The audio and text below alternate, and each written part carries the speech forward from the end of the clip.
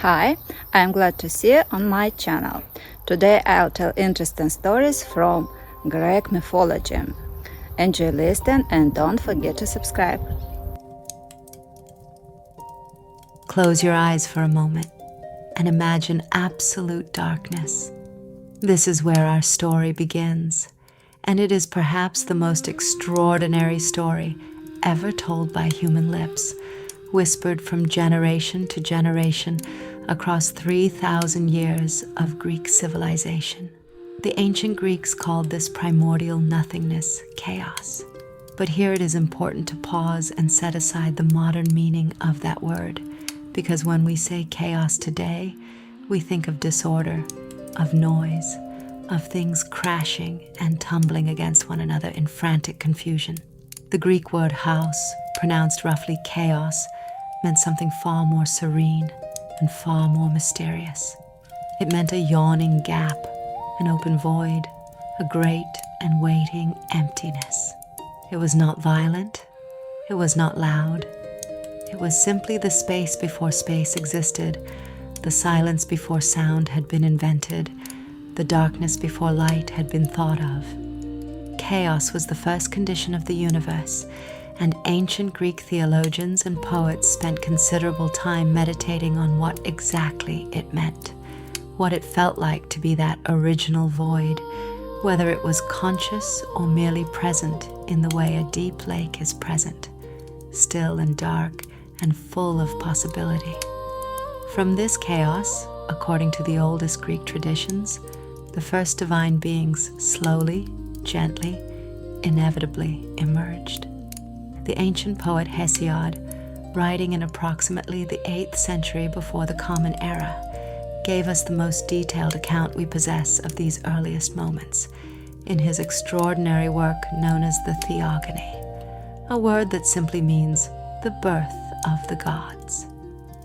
Hesiod was a farmer from Boeotia, a region in central Greece, and he claimed that the muses themselves, the divine daughters of memory, had appeared to him one day while he was tending his sheep on the slopes of Mount Helicon, and had breathed into him the gift of poetic knowledge. Whether you believe that story or not, the poem he produced became one of the foundational documents of Greek religious thought, and it is our single most important source for understanding the Titans and everything that came before them. Hesiod tells us that after chaos, the first beings to exist were Gaia, the deep-breasted earth, and Eros, the primordial force of love and attraction that would bind all things together. And from the depths of chaos, there also arose Erebus, the darkness of the underworld, and Nyx, the night. These were not gods in the way we usually imagine gods, seated on golden thrones, arguing and feasting and sending thunderbolts at mortals who displeased them. These earliest beings were more like forces of nature given a kind of divine personhood, more like living principles than personalities, more like the deep and constant hum of the universe than the bright and flickering flames of the Olympian gods who would come much later. Gaia was not merely a goddess who represented the earth. She was the earth, in every sense, in her entirety. Every grain of soil, every root pushing down through dark ground, every cliff face rising out of the sea, every valley and plateau and sunlit meadow. She was the ground beneath everything, quite literally, and she was the mother of nearly everything that followed. From herself alone, without any partner, without any act of union or creation beyond her own vast will, Gaia brought forth 3 more primordial beings. First came Uranos, the sky, who stretched himself wide and deep above her like a great vaulted ceiling of stars, covering her completely in every direction so that she was embraced by heaven from all sides. Then came Urea, the mountains, who rose up from her body like bones pushing through skin, great ridged and rocky spines running along her surface. And then came Pontos, the deep sea, the salt dark waters that filled the low places of the world and moved in their slow and restless rhythms. These three, sky, mountain, and sea, were Gaia's first gifts to the new world, and even now, when you stand on high ground and feel the open air above you and hear the distant sound of water, you are in the presence of forces that the Greeks considered divine, forces that are older than the oldest gods, forces that were old before time itself had learned to count. Now the world had a surface and a sky and a sea, and from here the story begins to grow more populated, more complex, more alive with the particular kind of messy, passionate, complicated divinity that the Greeks found so compelling. Gaia and Uranos came together, and the union of earth and sky produced the first true dynasty of divine beings.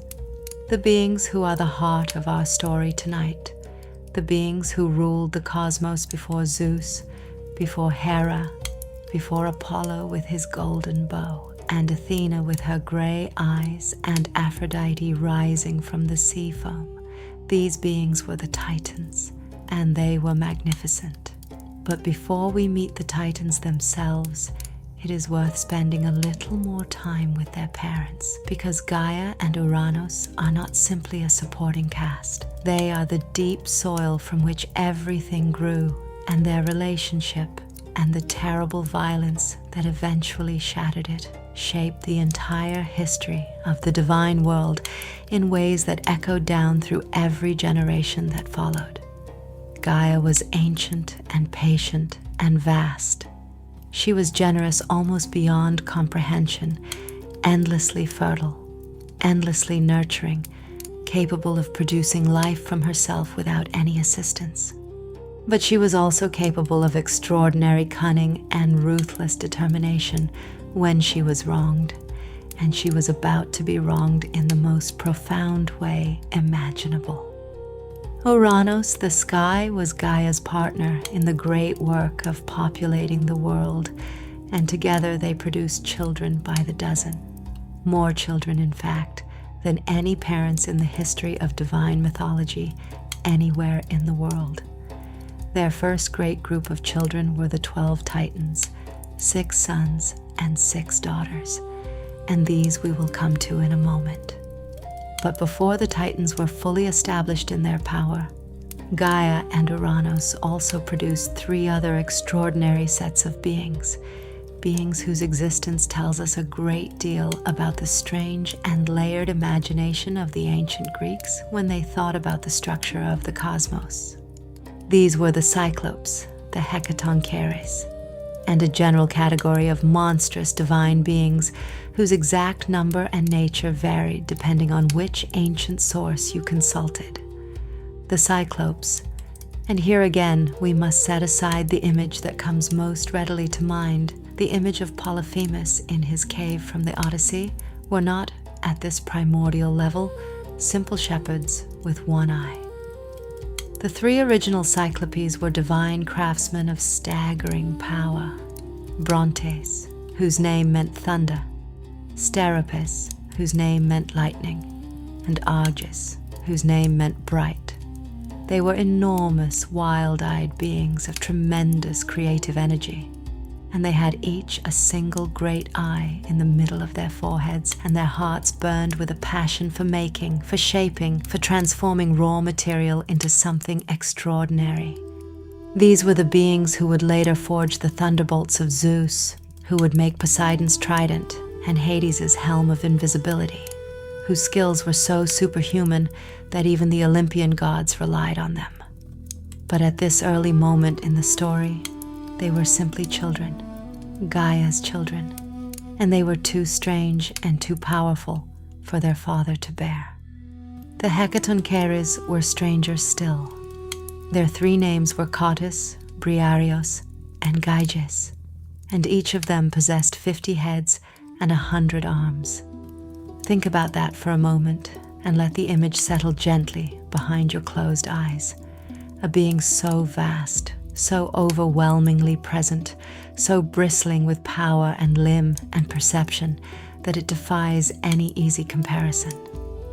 The ancient Greeks were not shy about the grotesque when it served their theological purposes, and the Hekatoncheires were perhaps the most extreme example of that willingness to imagine the divine as something alien and overwhelming.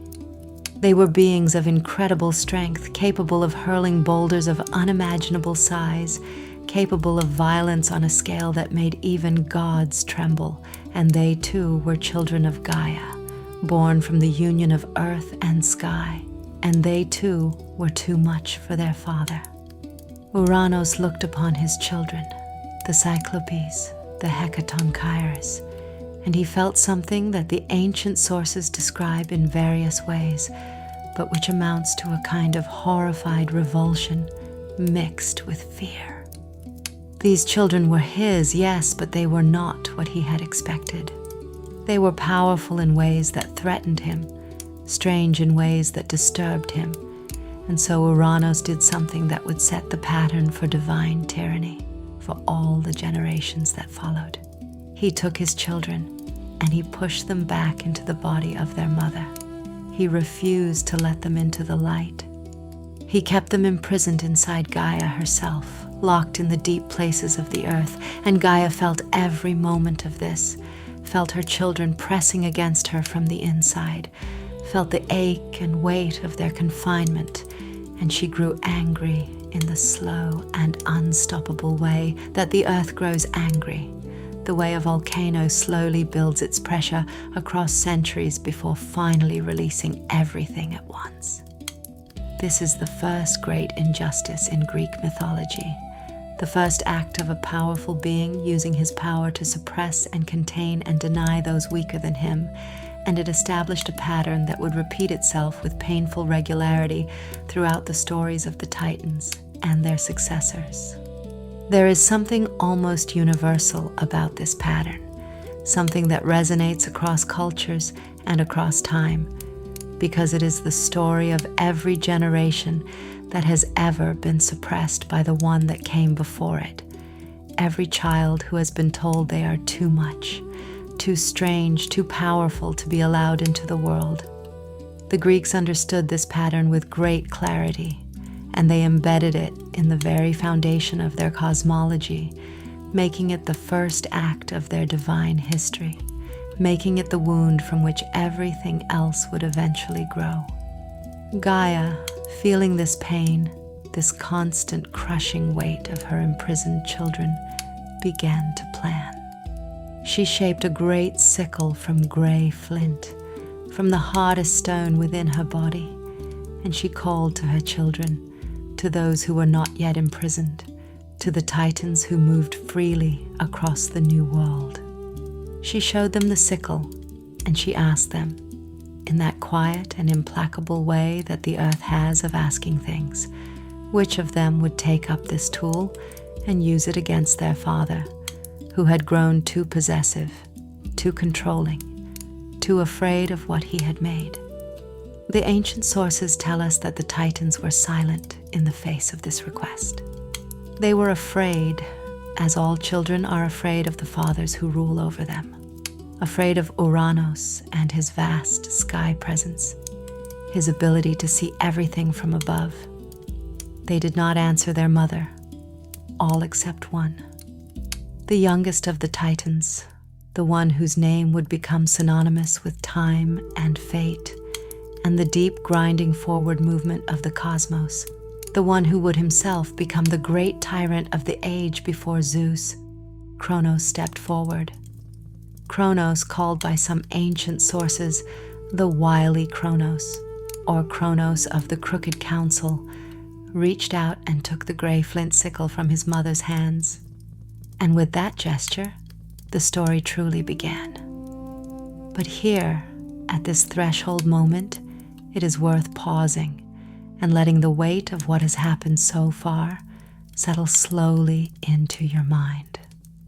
We have traveled from absolute nothingness through the birth of the first divine principles, through the emergence of earth and sky and sea and mountains, through the love of Gaia and Uranos and their vast and complicated family, all the way to this moment of rebellion, this first great act of a child rising against a parent. And we have not yet even met the Titans themselves in any detail, have not yet learned their names or their natures or the extraordinary world they built during their long reign over the cosmos. All of that is still ahead of us, spread out like a landscape waiting to be explored. Let us begin with the eldest, because in Greek mythology, as in Greek society, birth order carried enormous weight. And the eldest of a divine generation carried a particular authority and burden that shaped everything about their role in the stories that followed. The eldest son of Gaia and Uranos was Oceanus, and Oceanus was perhaps the most quietly magnificent of all the Titans, the one who most completely embodied the principle he represented without ever quite stepping into the dramatic foreground of the mythological narrative. Oceanus was the great world river, the vast body of fresh water that the Greeks believed encircled the entire flat disk of the earth in a continuous, endlessly flowing stream. He was not the sea, that was Pontos, the primordial being we have already met, or later Poseidon, who would take dominion over the salt waters after the Olympian revolution. Oceanus was something older and in some ways stranger, the boundary of the world, the edge beyond which nothing existed, the place where the sun dipped below the horizon each evening and traveled through the dark to rise again each morning. The ancient Greeks were genuinely uncertain about what lay beyond Oceanus. Some imagined the Elysian fields, where the blessed dead resided in perpetual springtime. Some imagined a kind of twilight zone of half-existence. Some simply imagined more Oceanus, an endless river that had no far shore, that looped back upon itself in an infinite circle. What matters for our purposes is that Oceanus was considered among the most powerful and most ancient of the Titans, and yet he was also among the most peaceful, the most removed from the conflicts and power struggles that would define the Titanic age. When Cronus overthrew Uranos and established his reign, Oceanus did not participate in the rebellion. When Zeus later rose against Cronus, Oceanus again remained at the edges, flowing quietly around the boundaries of the world, neither fully supporting the old order nor enthusiastically embracing the new. There is something philosophically interesting about this, something almost Taoist in the way Oceanus simply continued being what he was, the great encompassing river, moving always, changing always, and yet always remaining the same, while the generations of gods rose and fell around him. His wife was Tethys, and she was his sister, which is something the modern reader must simply accept as a feature of divine genealogy in ancient Greece, without applying contemporary moral frameworks to it. The marriage of siblings among the Titans and the Olympians was not considered incestuous in any of the ways that word carries meaning today. It was rather a theological necessity.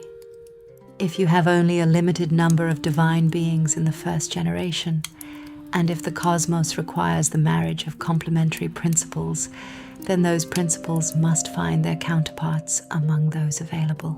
Tethys was the goddess of the sources of fresh water, of the underground streams and hidden springs that fed the rivers of the world, and her union with Oceanus produced literally thousands of children, the Oceanids, 3,000 daughters who were the nymphs of every river, stream, spring, lake, and cloud on earth, and the Potamoi, 3,000 sons who were the gods of every individual river that flowed across the face of the world. This was divine fertility on a scale almost impossible to comprehend, a literal mapping of every body of moving fresh water onto a divine personality, so that when an ancient Greek drew water from a spring or crossed a river or watched clouds gathering before rain. They were in the presence of a specific divine being with a specific name and a specific character and a specific relationship to the great Titan parents who had produced them. Moving through the list of Titans with the care and attention they deserve, we come next to Hyperion. And here the story becomes warmer, more golden, more suffused with the particular quality of Mediterranean light that made Greek civilization so visually extraordinary. Hyperion was the Titan of heavenly light, his name meaning literally the one above, or he who goes above. And he represented the quality of radiance itself, the divine principle of light as a force that reveals and illuminates and makes the world visible. He was not the sun god in the specific personified sense that Helios would later be, Helios being his son, the driver of the solar chariot who pulled the sun across the sky each day. Hyperion was rather the principle behind the sun, the quality of luminosity that made solar light possible, the divine abstraction of which Helios was the concrete daily manifestation. His wife was Theia, his sister, whose name meant simply the divine, or the goddess, and who was considered the source of the quality of brightness and shininess in precious things, in gold, in silver, in gems, in the eyes of living beings. Together, Hyperion and Theia produced three of the most beloved divine figures in all of Greek mythology: Helios the sun, Selene the moon, and Eos the dawn. Eos in particular deserves a moment of gentle attention here, because she is one of those figures who appears relatively briefly in the formal theological texts, but who saturates Greek poetry and art with a quality of emotional resonance that far exceeds her nominal importance. She was the goddess of the dawn, and the Greeks described her as rosy-fingered, as saffron-robed, as rising each morning from the stream of Oceanus in her chariot to bring light to gods and mortals alike. The Roman poet Virgil would call her equivalent figure Aurora, and the word has survived into English in the Aurora Borealis, the Northern Lights, and in the names of countless women across European cultures who were named for the quality of light breaking through darkness. When you watch a dawn, any dawn, anywhere in the world, and feel that particular mixture of melancholy and hope that the transition from dark to light seems always to produce in human hearts, you are experiencing something that the ancient Greeks attributed specifically to Eos, to this daughter of Hyperion and Theia, granddaughter of Gaia and Uranus, this Titan-born goddess of beginnings and transitions, and the specific bittersweet quality of light returning after darkness. Cronus and Phoebe were the next Titan pair, and they governed the intellectual dimensions of the cosmos, Cronus being associated with the axis of the heavens and with the quality of rational inquiry, with the kind of intelligence that seeks to understand the structure of things, and Phoebe being associated with prophetic radiance, with the quality of foresight and oracular knowledge. Their daughter Leto would become one of the most important figures in Greek mythology, the mother of Apollo and Artemis, two of the most significant of all the Olympian gods. There is something beautiful about this lineage, that Apollo, the god of reason, music, prophecy, and the light of intellectual clarity, should trace his divine nature back through his mother Leto to grandparents who represented the heavenly axis of the world and the radiance of prophetic knowledge. The family trees of Greek mythology are never merely genealogical conveniences. They are theological arguments, statements about the nature of things, about where particular qualities of existence come from, and how they are related to one another. Cronus was a Titan whose precise domain is somewhat obscure in the surviving ancient sources, which is itself an interesting fact. It suggests that over the centuries of Greek religious development, some Titans became more theologically prominent, while others faded to the edges of the mythological map, their original functions absorbed or superseded by later divine figures. What we know of Cronus suggests connections to the southern point of the celestial axis, to the constellations of the southern sky, and possibly to some aspect of agricultural seasons. His relative obscurity in the later tradition should not mislead us into thinking he was unimportant in earlier religious thought. He was one of the 12 great Titans, one of the children of earth and sky, and his presence in the divine order was considered necessary to its proper functioning, even if we have lost many of the stories that explained exactly what he did and why it mattered. And then there was Iapetus, whose name has passed in modified form into the English language in the form of Japheth, one of the sons of Noah in the Hebrew tradition, suggesting ancient connections between Greek and Near Eastern mythological traditions that scholars have spent generations carefully unpacking. Iapetus was associated with mortality, with the human lifespan, with the piercing quality of time as experienced by beings who know they will die. He was in some ways the most humanward-facing of the male Titans, the one whose domain touched most directly on the condition of mortal existence. And this is perhaps why his children would become so centrally important to the mythology of humanity's relationship with the divine.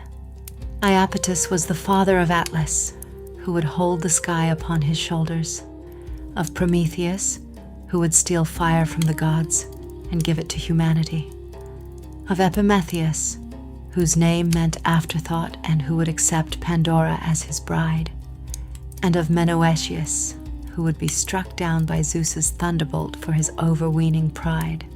The sons of Iapetus, taken together, tell the entire story of humanity's place in the cosmos, our burden of mortality, our gift of intelligence and fire, our tendency toward both foresight and hindsight, our pride that reaches too high, and our suffering that runs too deep. The 6 female Titans, the Titanesses, were in some ways even more cosmically fundamental than their brothers, governing domains that touch the most intimate and universal aspects of lived experience. Mnemosyne, whose name meant memory, was the Titaness who held within herself all knowledge of the past, all record of what had happened and how it had happened and what it had meant. The ancient Greeks understood memory not as a merely personal faculty, but as a cosmic principle, a divine force without which the universe itself would have no continuity, no coherent narrative, no way of being a story rather than a random sequence of disconnected events. Mnemosyne was the mother by Zeus of the 9 muses, which makes a certain perfect theological sense. Creativity and artistic inspiration are daughters of memory, born from the union of divine power with the principle of recollection, the marriage of present energy with preserved past. Themis, whose name meant divine law or established order, was the Titaness who embodied the principle of justice as a cosmic force, not human law, not the particular laws of any particular city or culture, but the deep underlying order of things, the way the universe is structured to work when it works correctly. She was one of the great oracular figures of Greek religion, sitting at Delphi before Apollo claimed the sanctuary, and her counsel was sought by Zeus himself more often than that of any other divine advisor. When Zeus sat down to make a decision about the ordering of the world, it was Themis he consulted first, because Themis carried within herself the knowledge of how things ought to be arranged, what the proper relationships were between gods and mortals, between order and chaos, between power and justice. She was not dramatic. She was not warlike. She was not romantic in the way that some of the other divine figures were romantic. She was simply right, in the deepest and most fundamental sense of that word, and her rightness was the standard against which everything else was measured. Tethys we have already met as the wife of Oceanus. Phoebe we mentioned as the grandmother of Apollo. The remaining Titanesses, Rhea, who would become the queen of the Titans and the mother of the Olympian gods, deserves a chapter almost entirely to herself, and we will return to her in a moment with the full attention she demands. Round out the 12 great children of earth and sky, 12 beings whose collective governance of the cosmos defined what the ancient Greeks called the Golden Age, that legendary era before the Olympian gods, before Zeus's thunderbolt and Hera's jealousy, and the whole complicated soap opera of Olympian divine politics, when the world was new and beautiful, and the gods were large and slow, and connected deeply to the fundamental forces they represented. The Golden Age. Let us dwell here for a little while, because this concept is one of the most important and most emotionally resonant ideas in all of ancient Greek theology, and it is important enough to deserve careful attention. Hesiod describes it in his other great work, The Works and Days, with a longing so palpable that you can feel it vibrating in the ancient Greek syllables even across 3 millennia. In the Golden Age, human beings, or the beings most analogous to human beings who existed at that time, lived like gods themselves, free from toil and grief and the wasting of age. The earth produced food spontaneously and abundantly, without the need for plowing or planting or the exhausting labor of agriculture. The seasons were mild and pleasant. There was no war, no injustice, no poverty, no disease. People lived for centuries and then simply went to sleep one day and did not wake up, passing from life as gently as a cloud dissolves into clear sky. This was the world the Titans governed. This was the age over which Cronus presided as king. And here we arrive at one of the genuine complexities of Cronus's character, because this god who would swallow his own children, this tyrant whose fear of being overthrown drove him to the most monstrous of parental acts, was also the divine patron of the most beautiful era in the history of the world. How do we hold these two things together? How do we understand the god of the Golden Age and the child-swallowing monster as the same being? The ancient Greeks were not particularly troubled by this contradiction because they understood divine beings as multidimensional in ways that resist simple moral categorization. Cronus was the god of time. Some ancient sources identified him with Cronus, the god of time itself, though modern scholars generally distinguish between the two, and time is both the creator of all things and the destroyer of all things, both the force that allows the Golden Age to exist and the force that inevitably ends it, that pushes each generation aside to make room for the next.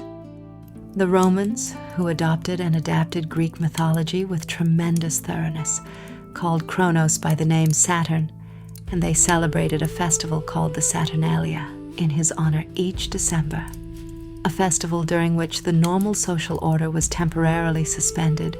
Slaves were treated as equals of their masters, gifts were exchanged, and a general atmosphere of festive license prevailed. This festival was so beloved and so deeply embedded in Roman culture that it survived the transition to Christianity in modified form, its traditions of gift-giving and social leveling feeding directly into Christmas celebrations in ways that are still visible today. When you exchange gifts in December, when you enjoy a feast with family in the depths of winter, you are participating in a tradition whose roots reach back through Roman Saturn worship to the Greek Titans, to the Golden Age, to the memory of a time when things were simpler and better, and the earth gave its gifts freely. But the Golden Age could not last forever, because nothing in the Greek understanding of the cosmos lasts forever, because time itself, Cronus himself, demands change, demands succession, demands that each age give way to the next. And the end of the Golden Age was bound up inseparably with the character of the Titan King who had made it possible, with his particular mixture of magnificence and fear, his particular way of being both the guardian of paradise and the force that would ultimately destroy it. Because Cronus, having taken the sickle from his mother's hands, having stepped forward where his brothers and sisters refused to step, having done the terrible deed that dethroned his father and made him king of the cosmos, Cronus carried with him from that first moment of violence the seed of his own undoing. Gaia had told him, in that quiet and implacable way of hers, that just as he had overthrown his father, so would he in turn be overthrown by his own children. The prophecy was not a threat. It was not a curse. It was simply the statement of a pattern that was built into the structure of the cosmos itself, that power gives way to power, that each generation is eventually superseded by the next, that the child who inherits the throne will always, at some point in the long unfolding of time, face the same challenge from below that the previous ruler faced. Cronus heard this prophecy, and he did what powerful beings throughout history, both mythological and historical, have done when confronted with the knowledge that their power is not permanent. He tried to prevent the future. He married his sister Rhea, who was the great titaness of motherhood and fertility, and the wild rhythms of nature, and with her, he began to produce children. And each time Rhea gave birth to Hestia, to Demeter, to Hera, to Hades, to Poseidon, Cronus took the newborn infant, still warm from birth, and swallowed it whole. He swallowed his children and kept them inside himself, preserved but not killed, present but not free, as his own father had kept the Cyclopes and Hecatoncheires imprisoned inside Gaia.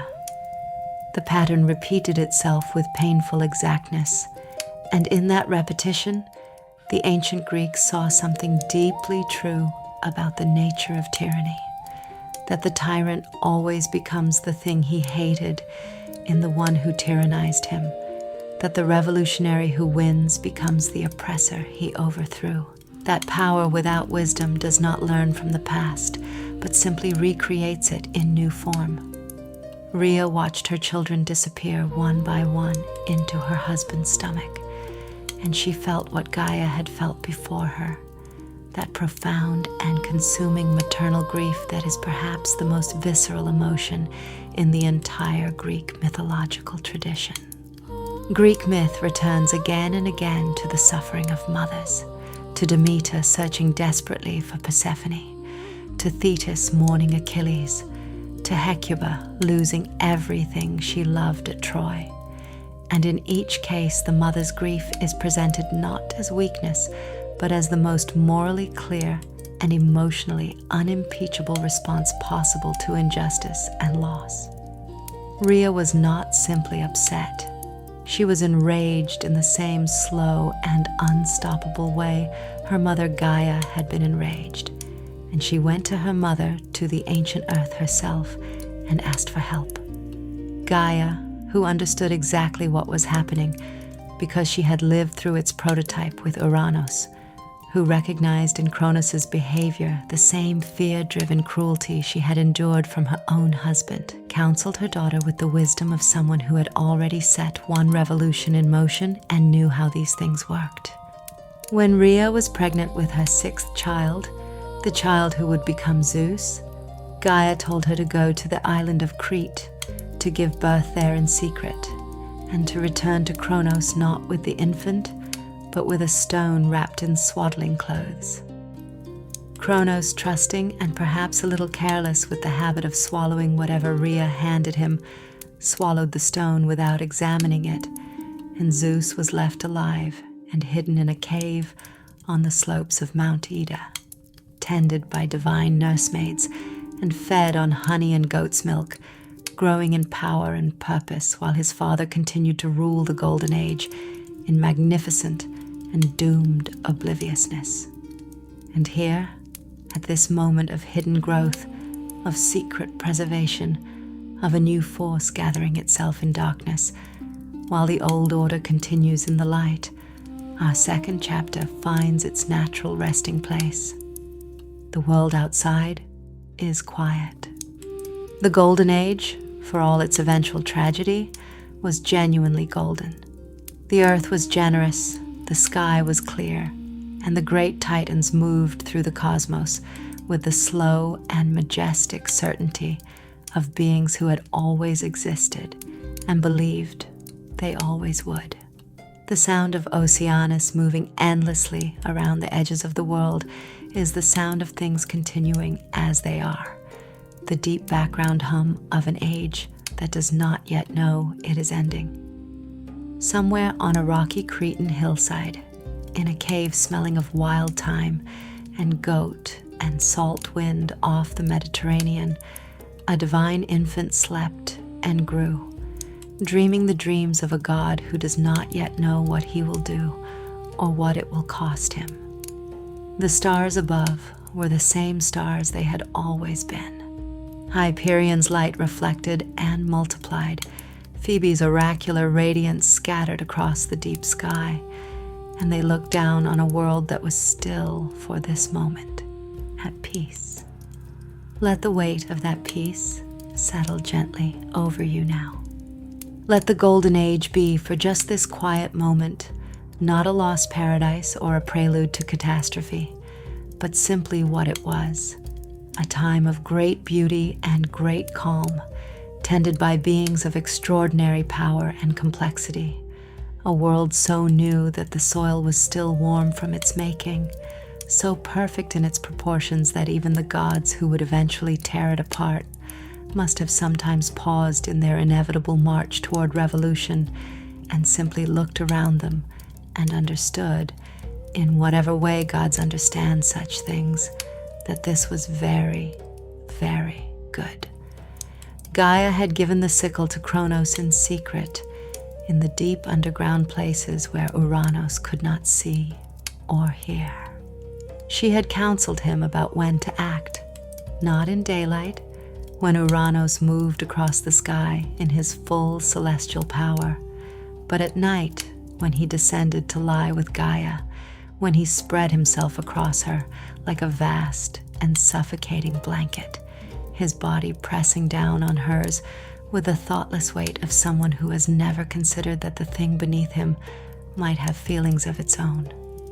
This nightly descent was an act of love in Uranus's understanding of the word, but it was an act of imprisonment in Gaia's experience of it, because every time Uranus came down to lie with her, he pressed her children, those Cyclopes and Hecatoncheires, still trapped inside her body, deeper into her darkness, and the pain of it was something she had endured for so long that it had become part of her fundamental nature, a constant background agony that colored everything she thought and felt and did. Cronus waited. He had agreed to do this thing, had stepped forward when his brothers and sisters would not, and now he lived with the weight of that agreement, in the way that people live with the knowledge of a necessary and terrible appointment. Not with horror exactly, because horror implies surprise, but with a kind of grim and watchful patience, a readiness that sits in the body like a held breath. He hid himself at the edge of where earth meets sky, in that liminal zone where Uranus would descend each night, and he held the gray flint sickle in hands that did not shake, because Cronus was not someone whose hands shook. He was the god who would later swallow his own children rather than yield his power, and that quality, that cold and absolute determination in the face of what must be done, was present in him from the very beginning, from this first night of waiting in the dark with a weapon in his hands and his father's approach audible in the movement of the stars above. Uranus came down. He came as he always came, vast and careless and beautiful in the way that truly powerful things are sometimes beautiful, his starlight body filling the sky as he descended toward his wife, toward the earth, toward the intimacy that he understood as his right and his pleasure and his purpose. He did not suspect anything. Why would he? He was the sky. He was the first father. He had pushed his monstrous children back into the earth, and he believed that settled the matter. Believed that his will was the last word on the shape of things. Believed in his own permanence with the absolute and unexamined confidence of someone who has never yet encountered anything strong enough to challenge it. And then Cronus rose from his hiding place and swung the sickle. The ancient sources are specific about what Cronus cut, and we should not pretend otherwise or soften it with euphemism, because the Greeks themselves did not soften it, because the specificity is theologically important. Cronus castrated his father.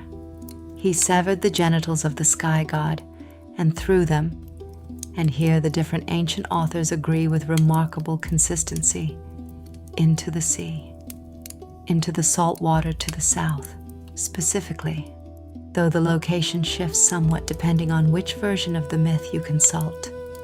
The Aegean Sea receives this divine wound in most tellings, and the waters foamed white around the falling flesh, and from that foam, from the mingling of divine blood and divine seed with the salt water of the primordial sea, something began to form. But we will come to that in a moment. We must first stay with the immediate aftermath of the blow, because it is important and because it is terrible. Ouranos screamed. The sky itself screamed, which is to say that the night was split by a sound that was not thunder and not wind and not any natural phenomenon that the Greeks had a separate word for, a sound that was the voice of a cosmic power experiencing for the first time the fact of its own vulnerability. Ouranos had not known he could be hurt. He had not known he could be diminished. He had lived in the absolute confidence of his own inviolability, and the sickle that his son had taken from his wife's hands had taught him in one devastating instant that inviolability is not a permanent condition.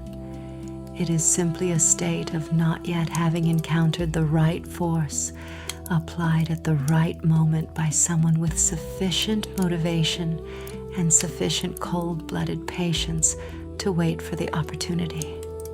He rose back up into the sky, wounded and diminished, and as he rose, he cursed his children with a word that would echo through Greek mythology for generations. He called them Titans, and the ancient etymologists, who were always fascinated by the stories embedded in words, offered two explanations for this name. Some said it derived from the Greek word meaning to stretch or to strain, suggesting beings who had overreached, who had stretched beyond their proper boundaries. Others said it came from a word meaning to suffer or to pay a price, suggesting beings who would endure terrible consequences for what they had done. Both etymologies might be wrong in the technical linguistic sense. Modern scholars are appropriately cautious about the ancient Greeks' folk etymologies, but both are true in the mythological sense, because the Titans did overreach, and the Titans did suffer, and these two things were not unrelated. As Ouranos retreated into the sky, no longer descending nightly to oppress Gaia, no longer pressing his children back into the earth, the rebellion having achieved at least this much of its purpose, the drops of his divine blood that fell from the wound scattered across the face of Gaia below, and from those drops of ichor spilling into the earth, new beings were born with the same violent spontaneity that had characterized all the first generation of divine creation.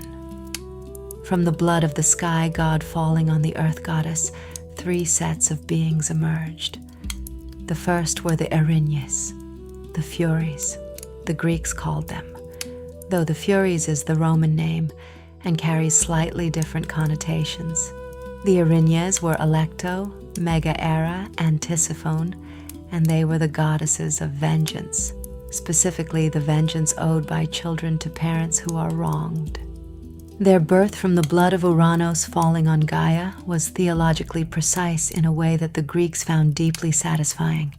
They were literally born from the wound of a father harmed by his son, and their entire divine function was to pursue and punish exactly that kind of crime. They would haunt Orestes for murdering his mother Clytemnestra. They would pursue anyone who violated the sacred bonds of blood relationship. They were ancient beyond the Olympians, older than Zeus's justice, older than the legal systems of the mortal world, and they represented something that Greek culture understood as existing beneath and before all formal law: the raw, instinctive demand of blood for blood, the universe's own insistence that certain violations cannot go unanswered.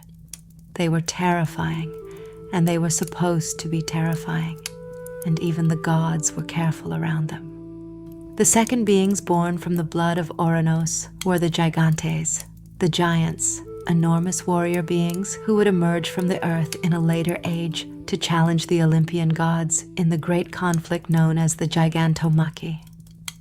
They were not giants in the fairy tale sense of merely very large humans. They were divine warriors of tremendous power, born from the mingling of sky blood and earth, carrying within their bodies the genetic memory of the original wound between heaven and earth, destined from the moment of their conception to be instruments of conflict between cosmic orders. Their time had not yet come when Uranos fell. They slept in the earth, waiting, the way that all destined things wait in the Greek mythological understanding, patient and inevitable, and not yet ready to be what they will be. The third and perhaps most philosophically interesting beings born from the blood of Uranos were the Meliae, the ash tree nymphs, divine beings associated with the great ash trees from which, in some versions of Greek mythology, the first human beings were fashioned. Their emergence from divine blood spilled in an act of violence connects human origins, in this reading of the myth, to the moment when the first great cosmic crime was committed, suggesting that humanity carries within its nature something of that original wound, some trace of the violence from which it was born. This is not an optimistic view of human nature, but it is a deeply honest one, and the Greeks were, among their many extraordinary qualities, exceptionally honest about the darker aspects of what it meant to be alive. Now we must turn to what happened to the severed flesh of Uranos when it struck the sea, because this is one of the most extraordinarily beautiful transformations in all of Greek mythology.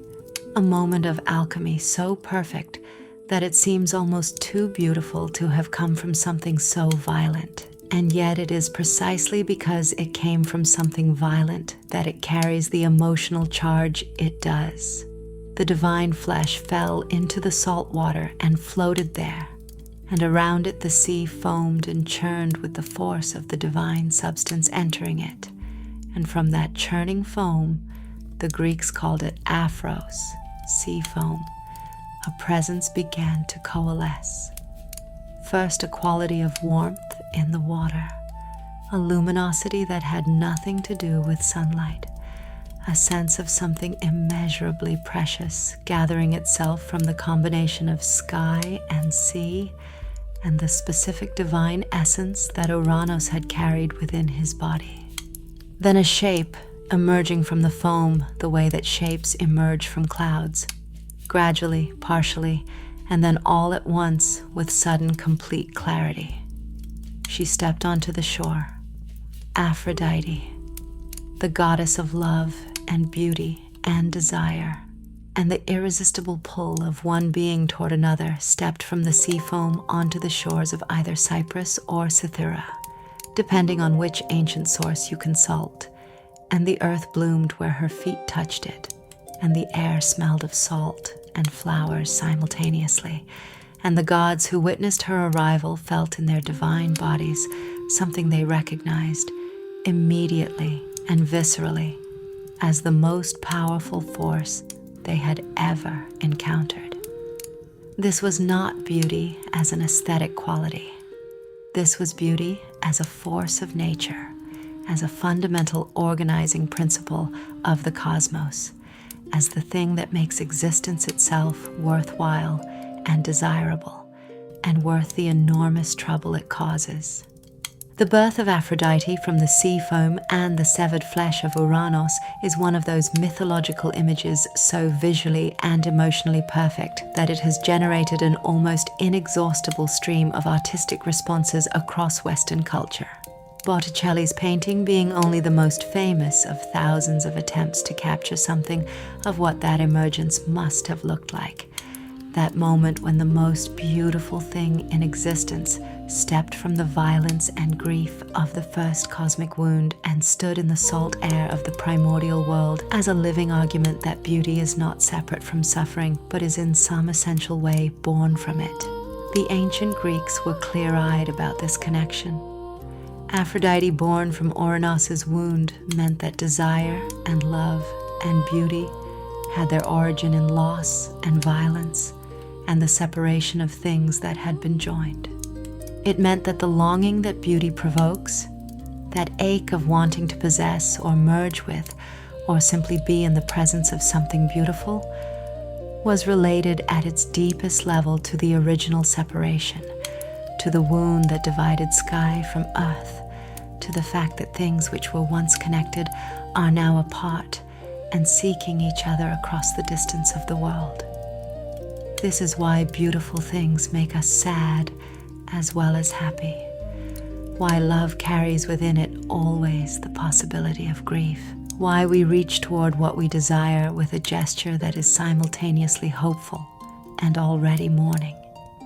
Aphrodite carries the memory of Uranus's wound in her divine body, and that wound is written into the nature of desire itself. She was attended, as she stepped from the sea, by two figures who would remain her constant companions, Eros and Himeros, desire and longing, though the mythology around Eros is complex, and his relationship to Aphrodite shifts considerably between different ancient sources and different periods of Greek religious thought. In the earliest cosmological accounts, Eros was one of the primordial forces, born at or near the beginning of existence, before the Titans, and perhaps before Gaia herself. In later mythology, he became the son of Aphrodite, the winged boy with his bow and arrows, the mischievous figure who shoots desire into unwilling hearts. These two Eroses are not quite the same being, and the tension between them, between Eros as cosmic first principle and Eros as divine child, reflects a genuine tension in Greek thought about the nature of desire, about whether love is the oldest force in the universe or simply the most compelling product of divine genealogy. What matters for our purposes is that Aphrodite stepped from the sea at the end of the first great act of cosmic violence, and her presence immediately changed everything about the world she entered.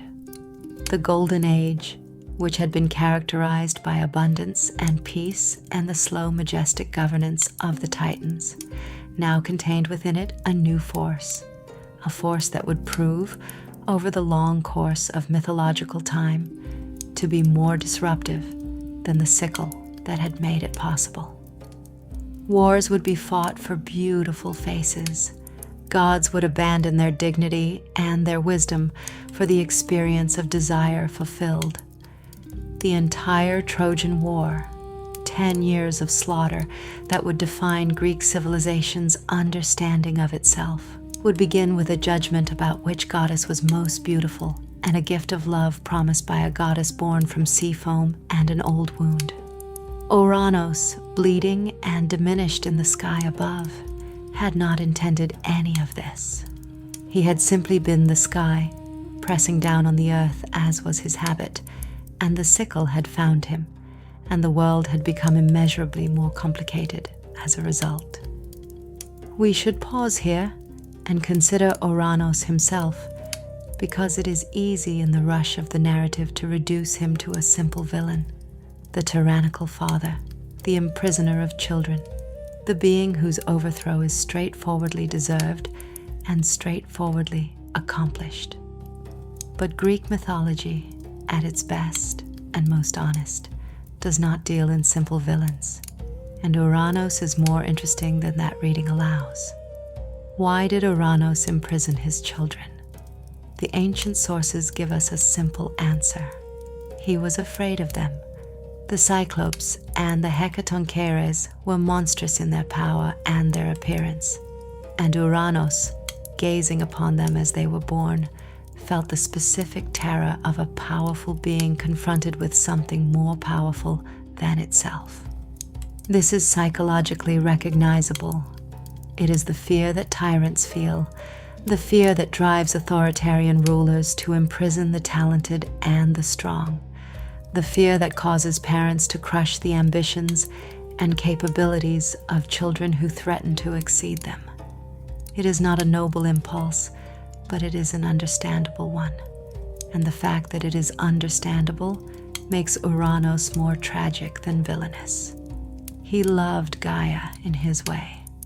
The nightly descents were not only acts of oppression, they were also, in his cosmological understanding, acts of love, the sky embracing the earth as was natural and right and beautiful. He produced with Gaia not only monsters, but the great Titans themselves. And the Titans were magnificent beings who governed the cosmos with skill and intelligence, and a genuine connection to the fundamental forces they represented. Ouranos had participated in their creation. He had looked upon them, Oceanus and Tethys, Hyperion and Theia, Mnemosyne and Themis and Rhea, and seen beings of genuine grandeur, and whatever complicated mixture of pride and fear he felt in their presence, pride must have been at least part of it. The tragedy of Ouranos is not that he was evil, it is that he was afraid, and that his fear made him do things that were evil, and that those things set in motion consequences he could not control or reverse. He is the first in a long line of Greek mythological figures, and one suspects a long line of actual historical figures, who destroyed the thing they loved by trying too hard to hold on to it, who created the very catastrophe they feared by attempting to prevent it. When Cronus struck him, and he rose bleeding back into the sky, Ouranos did not disappear from the mythology entirely. He continued to exist as the sky, as the vault of heaven above, but diminished and separated from his earth, no longer able to descend and lie with Gaia, permanently divided from the being he had both loved and oppressed. The wound was a divorce as much as a defeat, a severing of the connection between sky and earth that the Greeks found echoed in their own physical world, in the fact that sky and earth are separate, that rain must fall to bridge the distance between them, that there is always space between heaven and ground, that what was once pressed together is now apart and reaching for each other across the air. He cursed his children from above, and then was largely silent, a vast presence in the background of the mythological narrative, occasionally consulted for prophecy. His wife had been the oracular one, and occasionally appearing at the edges of stories to remind the reader that the first wound has not healed, that the separation of sky and earth is not a settled matter, but an ongoing condition, that the violence of the beginning continues to reverberate through everything that comes after. Cronus stood on the earth after his father retreated, the great gray sickle still in his hand, and the world was his. Or rather, the world was his and his siblings, because the Titans now moved into the cosmic positions that had been denied them while Ouranos ruled, each taking up the domain that corresponded to their nature, each beginning to govern the aspect of existence they had been created to govern. Oceanus flowed back out to the edges of the world. Hyperion rose to tend the celestial lights. Themis settled into the deep structure of divine law. Mnemosyne held the memory of everything that had happened. The great machinery of the Titan cosmos began to turn, slowly and majestically, like something enormous finding its proper rhythm after a long period of being blocked. And the Cyclopes and the Hecatonchires, the monstrous children of Gaia and Ouranos, the beings whose imprisonment had caused all of this, the ones whose suffering had been the original grievance that set the revolution in motion. Cronus looked at them as they emerged, blinking from the earth, enormous and terrible and overflowing with power, and he felt something that his father had felt. He felt afraid. He felt the specific visceral terror of a powerful being confronted with something more powerful than itself, and he did what his father had done. He pushed them back down into the earth, or in some versions of the myth, imprisoned them in Tartarus, the deep abyss below even the underworld, the place of absolute confinement, and he sealed them away again. The revolution had come full circle before it was properly finished. The son had become the father. The crime was committed again by different hands against different victims for the same terrible reason. Gaia, who had hoped that the overthrow of Ouranos would free all her children, felt a grief that was different from what she had felt before, because this grief was mixed with something like recognition, like the bitter understanding that you have been here before, that the pattern you thought you were breaking has simply restarted with new actors in the old roles. This is the deepest and darkest wisdom embedded in the myth of Ouranos' castration and its aftermath. That the revolutionary who wins does not automatically become more just than the tyrant he replaced. That power is not a neutral force that becomes good simply by changing hands. That the capacity for oppression is not a personal failing of individual tyrants, but something that lives in the structure of power itself. Something that infects whoever holds the highest position, regardless of how they came to hold it. Something that the Greek mythological tradition was extraordinarily clear-eyed and unsentimental about, in a way that still has the power to disturb and instruct. Cronus was not Ouranos. He was younger, more dynamic, connected to the living forces of time and harvest in ways that made his rule genuinely different from his father's. The Golden Age was real. It was not simply propaganda for titanic power, not simply a story that the winners tell about themselves. People and the world flourished under Cronus' reign in ways that they would not quite flourish again. But the children were still imprisoned, and the pattern was still broken. And somewhere in a deep cave on Crete, a divine infant slept in the dark, growing toward the shape of the god he would become, dreaming dreams that neither he nor anyone else could yet interpret. Far out at sea, in the direction that sailors called toward the south and west, where the water was deepest and the light most golden in the afternoons, the sea still foamed around the place where the divine flesh had fallen and Aphrodite had been born. The foam was just foam now, white and ordinary, catching the light and dissolving and reforming in the endless movement of the waves. But if you looked at it for long enough, in the right quality of light, with the right quality of attention, you might catch in the movement of it something that was not quite random, some shape that was almost a face or almost a hand, or almost the suggestion of someone who had just stepped out of frame, who had been here a moment ago and was now somewhere else, was now everywhere else simultaneously, was now woven into the fabric of everything desirable and beautiful and heartbreaking in the world. Aphrodite did not look back at the sea that had made her. She never looked back. She moved forward into the world she had entered, and the world rearranged itself around her presence, and nothing was ever again quite as simple or as peaceful or as straightforwardly golden as it had been before she arrived. The Titans continued to govern. The stars continued to move in their courses.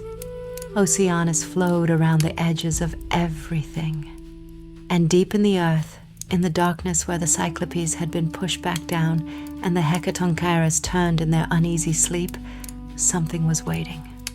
Not patiently. Patience implies acceptance, and this was not acceptance. Something was waiting in the active, charged, inevitable way that justice waits, that consequence waits, that the future waits when it already knows what it is going to do and is simply allowing the present to catch up with it. The wound of Uranus had not healed. It had simply been covered over, the way that old wounds are sometimes covered by new skin that is thinner than the original, that tears more easily, that carries always in its slight translucency the memory of the damage beneath. Everything that was going to happen had already, in the deepest sense, been decided. The world breathed and turned and waited for Zeus. Hesiod, the great poet who gave us the most complete account of the 5 ages of man, described the Golden Age with a simplicity and directness that is itself part of its beauty. The people of the Golden Age lived like gods, he wrote. They had hearts free from all sorrow, without hard work or grief, and wretched old age did not come upon them. They feasted and were merry, and death came to them like sleep. The earth gave her fruits freely and abundantly, without being asked, without being compelled, without the backbreaking labor of plowing and planting and harvesting that defined human existence in Hesiod's own time. There was no war. There was no injustice. There was no hunger, no cold, no shortage of anything that living beings required. It sounds, when you read it, like a dream. It sounds specifically like the kind of dream that tired people have. People who work hard and struggle and watch their children struggle and cannot quite imagine how things might be different. And so they project their longing backward into a mythological past, into a time before the difficulty began. And there is certainly some of that in the Greek tradition of the Golden Age. But there is also something more interesting happening, something that goes beyond simple escapist nostalgia into genuine theological and philosophical territory. Because the Golden Age, in the Greek understanding, was not simply a time when things happened to be better. It was a time when the fundamental relationship between the cosmos and its inhabitants was different. It was governed not by Zeus and the Olympians, not by the gods of law and hierarchy and measured justice, but by Cronus, the Titan king, the god of time and harvest, and the deep agricultural rhythms of the year. And that difference in governance expressed itself in a difference in the quality of existence itself, a difference that the Greeks spent centuries trying to understand and articulate. What did it mean exactly that the world was better under the Titans than under the Olympians? What did it say about the nature of progress, about the relationship between civilization and paradise, about whether the overthrow of Cronus by Zeus, the great narrative of Greek religion, the founding myth of the Olympian order, was unambiguously a good thing? These are the questions that the Golden Age asks, and they do not have simple answers. That is precisely what makes them worth asking. Let us describe the world as it was in the height of the Golden Age, not in the abstract language of theological categories, but in the specific sensory language of a world that can be imagined and inhabited, at least briefly, in the mind. The light was different. This is the first thing that every ancient source agrees on, whether they are describing the Golden Age in terms of human experience or divine governance. The quality of the light in those earliest times was different from the light that came afterward. It was warmer, softer, more evenly distributed, as if the sun that Hyperion tended and Helios drove across the sky had not yet learned to beat down harshly in midsummer, or to abandon the world to cold darkness in winter.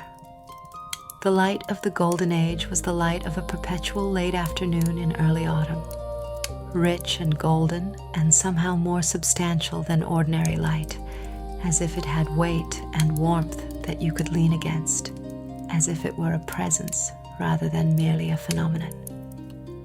The seasons were gentle. There was no distinction in the earliest part of the Golden Age between summer and winter, between the cruel scarcity of the cold months and the abundance of the warm ones. The earth produced constantly and equally, and without the dramatic oscillation that would later define the agricultural year and the human experience of time as a cycle of hope and disappointment, abundance and deprivation. Flowers bloomed alongside ripe fruit, alongside new growth, all simultaneously, without the strict sequence that later imposed itself on the natural world. A meadow in the Golden Age was a meadow in which everything was always happening at once. And the effect of this simultaneity was not chaos, but a kind of superabundance, a generosity of nature that did not require human beings to plan or preserve or worry about the future. The animals were at peace with each other and with the human-like beings who shared the world with them. This is perhaps the aspect of the Golden Age that is most philosophically significant, because the violence of predator and prey, the fact that the natural world sustains itself through constant killing, was one of the things that most troubled ancient thinkers as evidence that the cosmos as currently constituted was not perfectly just. In the Golden Age, this violence did not exist, or existed only in attenuated form. The lion lay down, metaphorically speaking, with the lamb. The wolf did not chase the deer. The hawk did not strike the dove. Everything that was alive existed in a kind of unconscious harmony, not because they had chosen to be peaceful. The capacity for that kind of moral choice was not yet part of the world, but because the world itself was not yet organized around competition and scarcity and the brutal efficiency of natural selection. The human beings, or the human-like beings who populated the Golden Age, who were not quite the same as the humans of later ages, being closer to the divine and further from the animal in their constitution, did not labor. This is one of the most radical aspects of the Golden Age, one that later Greek writers returned to with a mixture of longing and unease. In Hesiod's account, labor, the back-breaking, dignity-stripping necessity of working the earth to extract food from it, was a punishment, or at least a consequence of a fall from divine grace. Before Prometheus stole fire, before Pandora opened her jar, before Zeus established his ordered and demanding cosmos, human beings simply lived in the world the way that honored guests live in a generous host's house, taking what was offered, resting when they were tired, experiencing time as a sequence of pleasures rather than a sequence of tasks. The implications of this are radical enough that we should sit with them for a moment. In the Greek Golden Age, human beings did not earn their existence.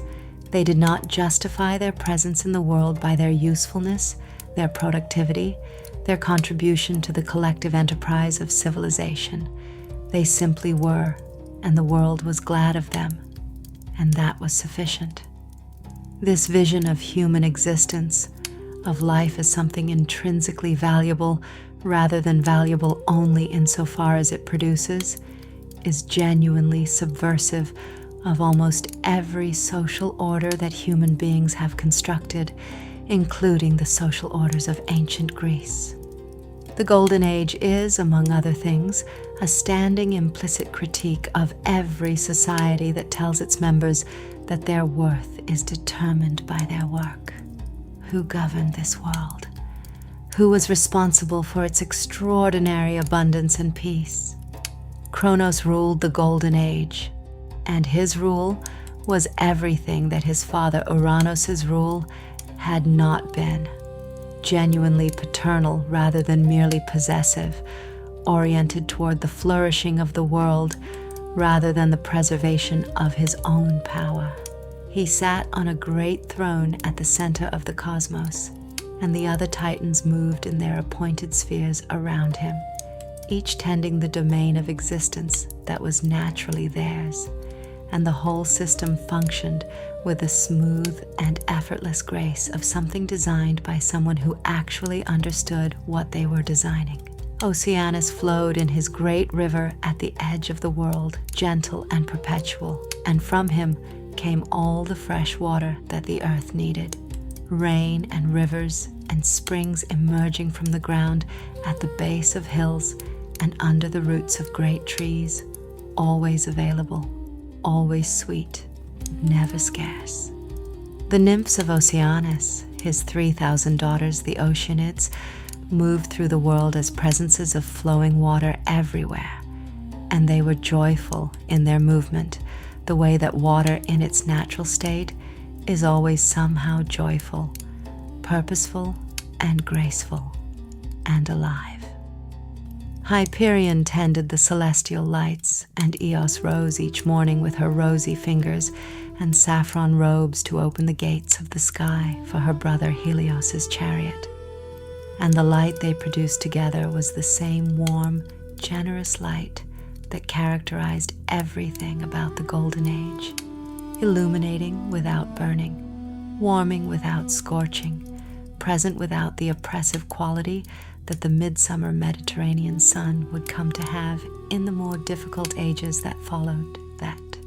Selene, Hyperion's daughter, moved the moon through its phases with a grace and regularity that made the night beautiful rather than threatening, and the stars of Uranus's body, diminished and distant, but still present above, provided a constant canopy of cold fire against the dark.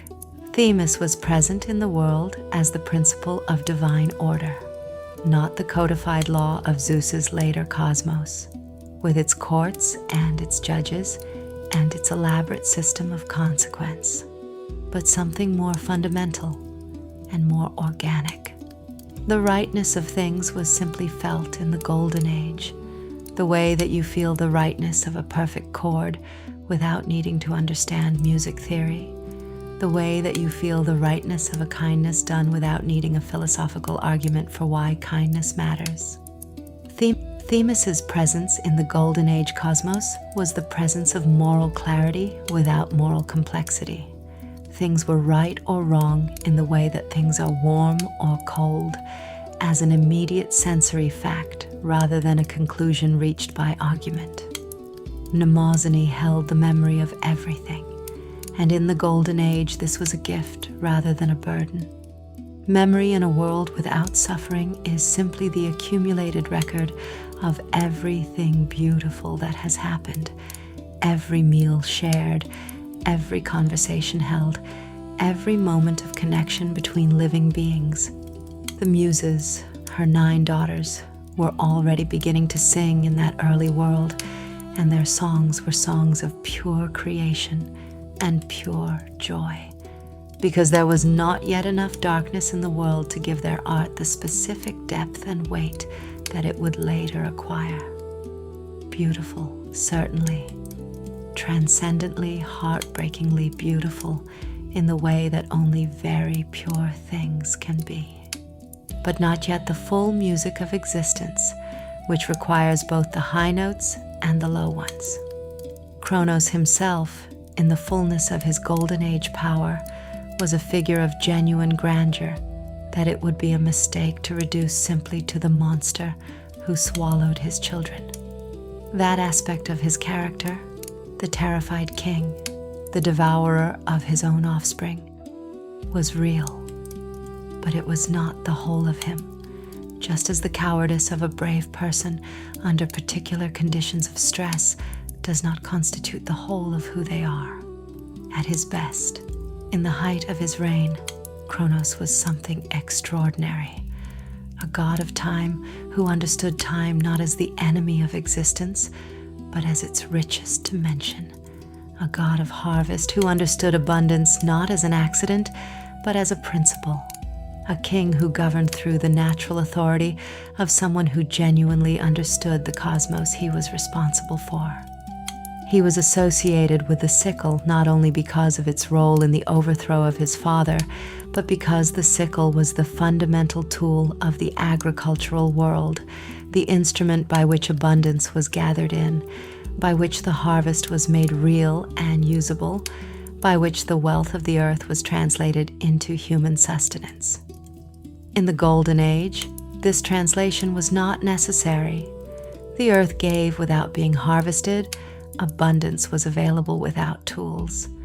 But the sickle as symbol still said something true about Cronus's nature, about his relationship to the cycle of growth and maturation and completion that defined the agricultural year and, by extension, defined time itself. He was also, and this is perhaps the aspect of him that is hardest to hold in mind given what he later did, a god of children.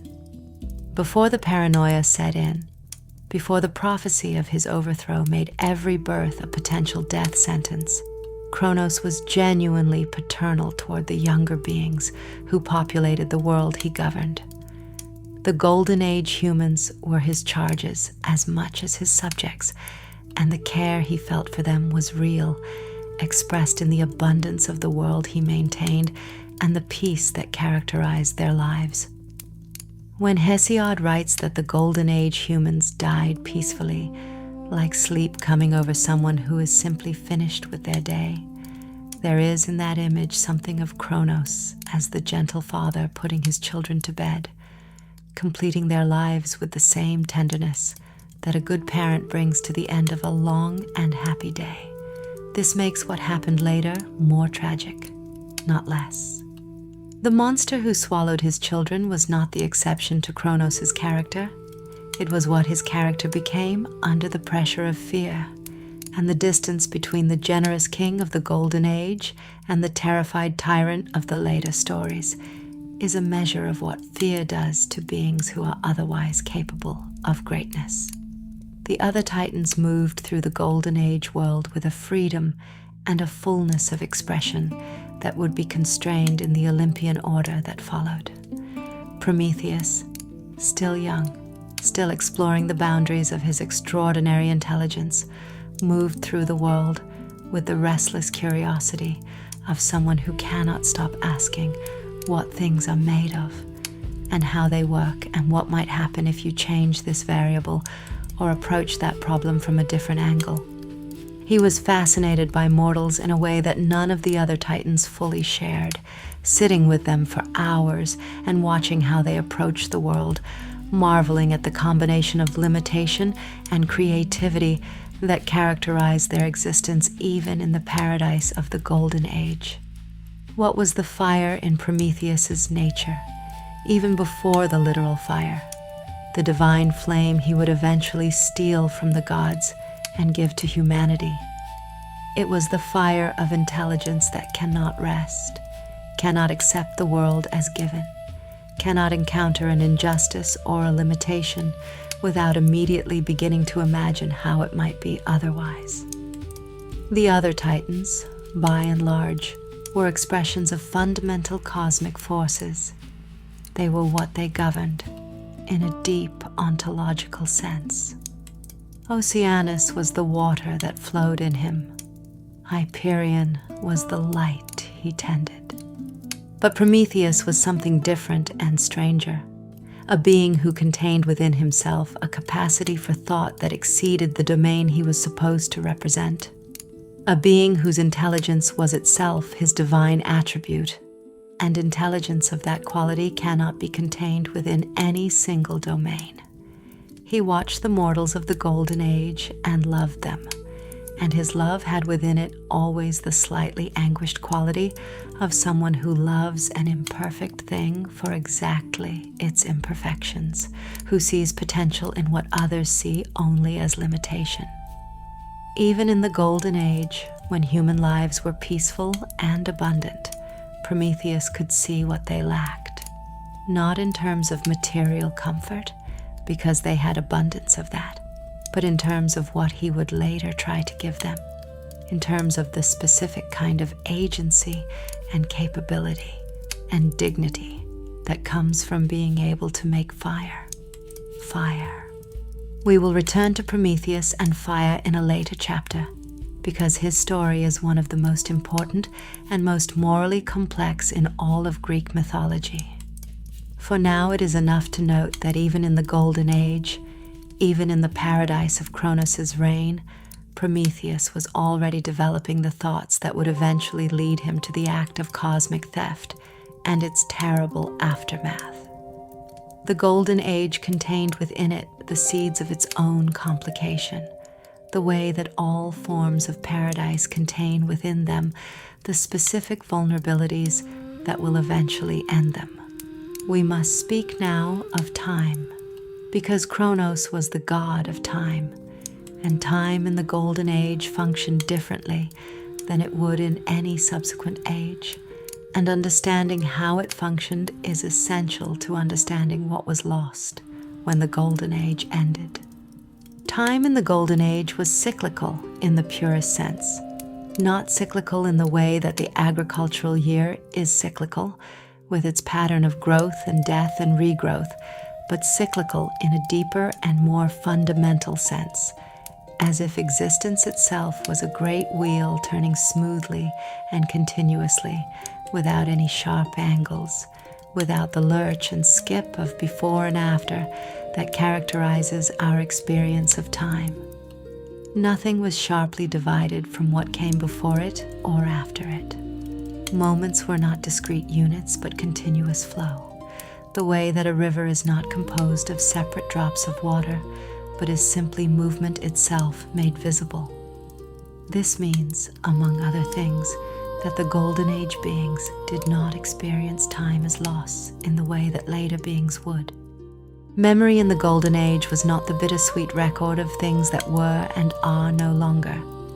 It was simply the accumulated richness of continuous experience, adding layer upon layer of beauty and meaning, without any of the grief of impermanence that memory carries when existence is mortal and time moves only in one direction. The people of the Golden Age did not know they were going to die, in the sense that they did not experience their lives as a limited quantity being used up. Death, when it came as gently and naturally as sleep, and it did not cast its shadow back across the life that preceded it. This is, of course, profoundly unlike the human experience of time that would characterize all the ages after the Golden Age, all the silver and bronze and heroic and iron ages through which human beings would live out their increasingly difficult existences.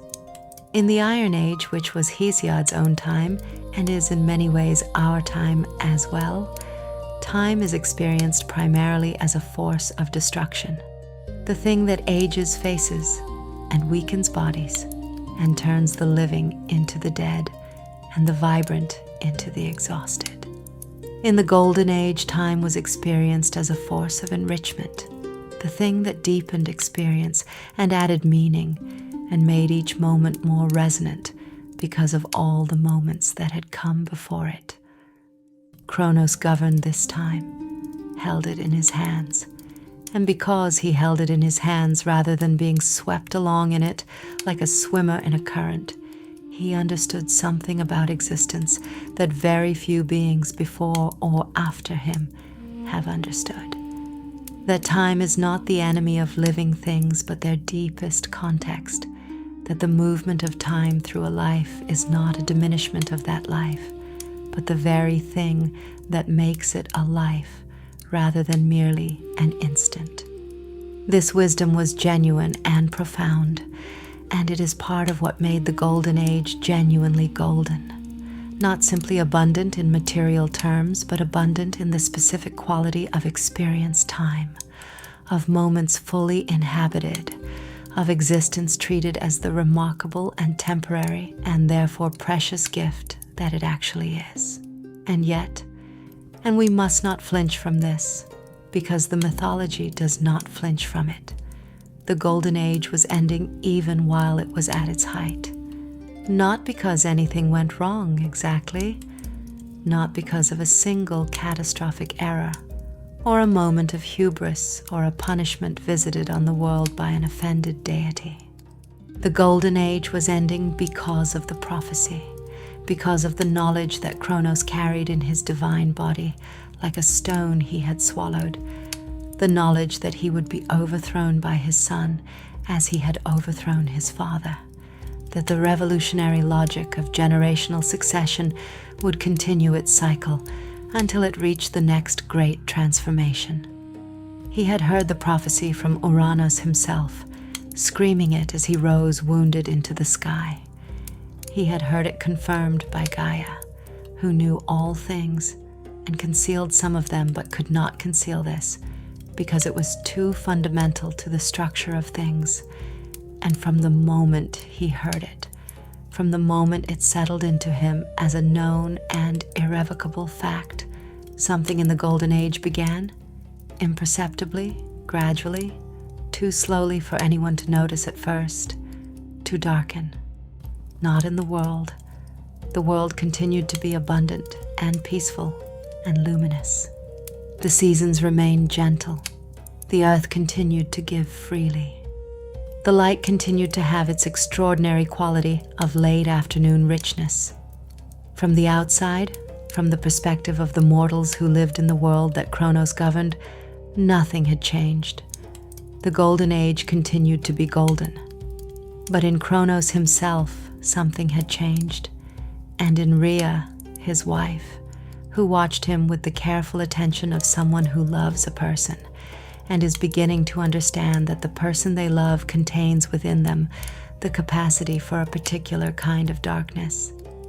She saw it in the way he looked at his children when they were born, the flash of something in his eyes that was not pride and not joy, but the terrible rapid calculation of a being doing arithmetic with lives.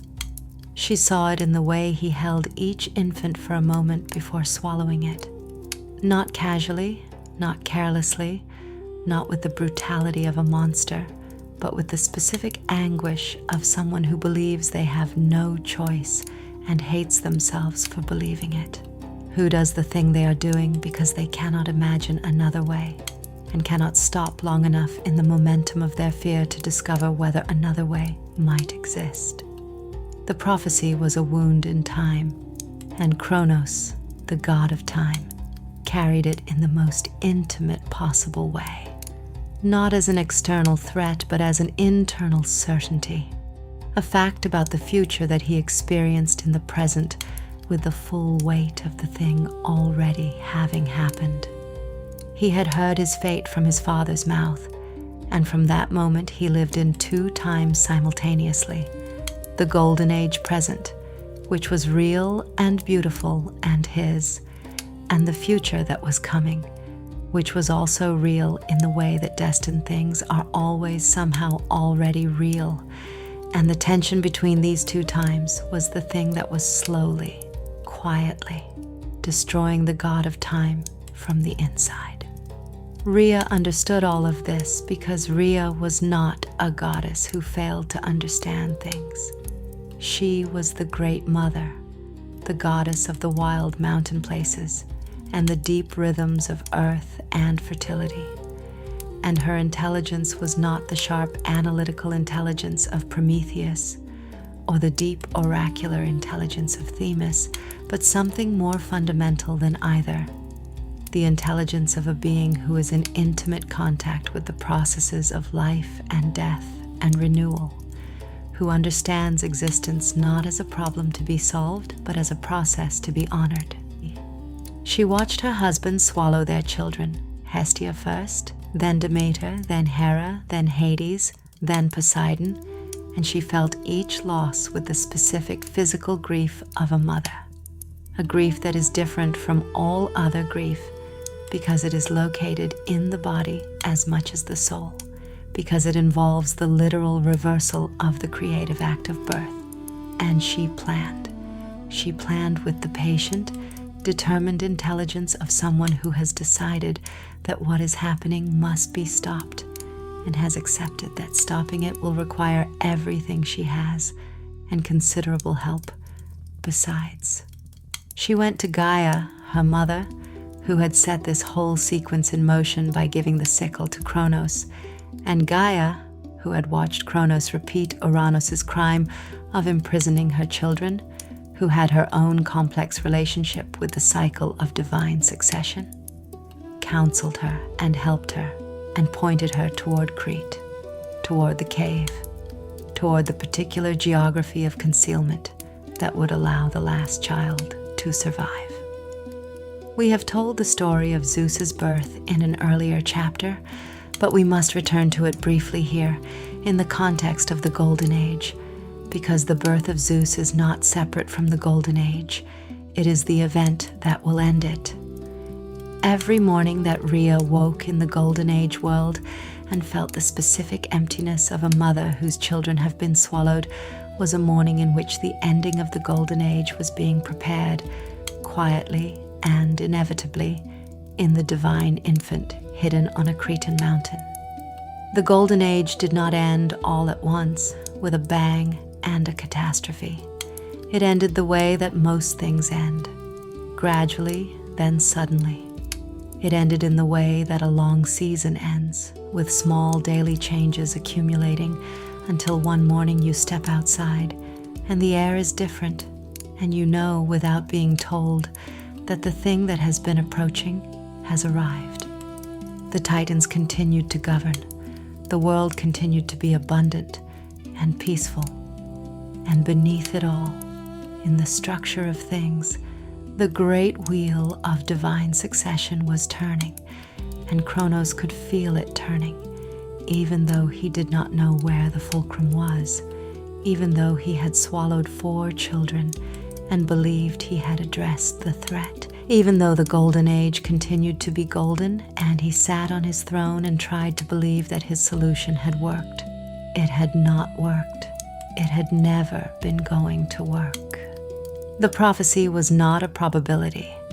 It was a certainty, of the kind that the Greek mythological tradition treated with absolute seriousness, understanding that the future, once truly foreseen, has a weight and a momentum that no individual action can redirect.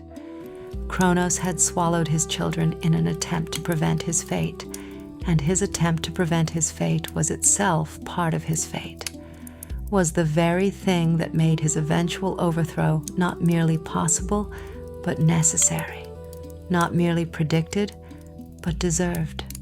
There is a famous paradox that philosophers sometimes call the problem of the prophesied tyrant.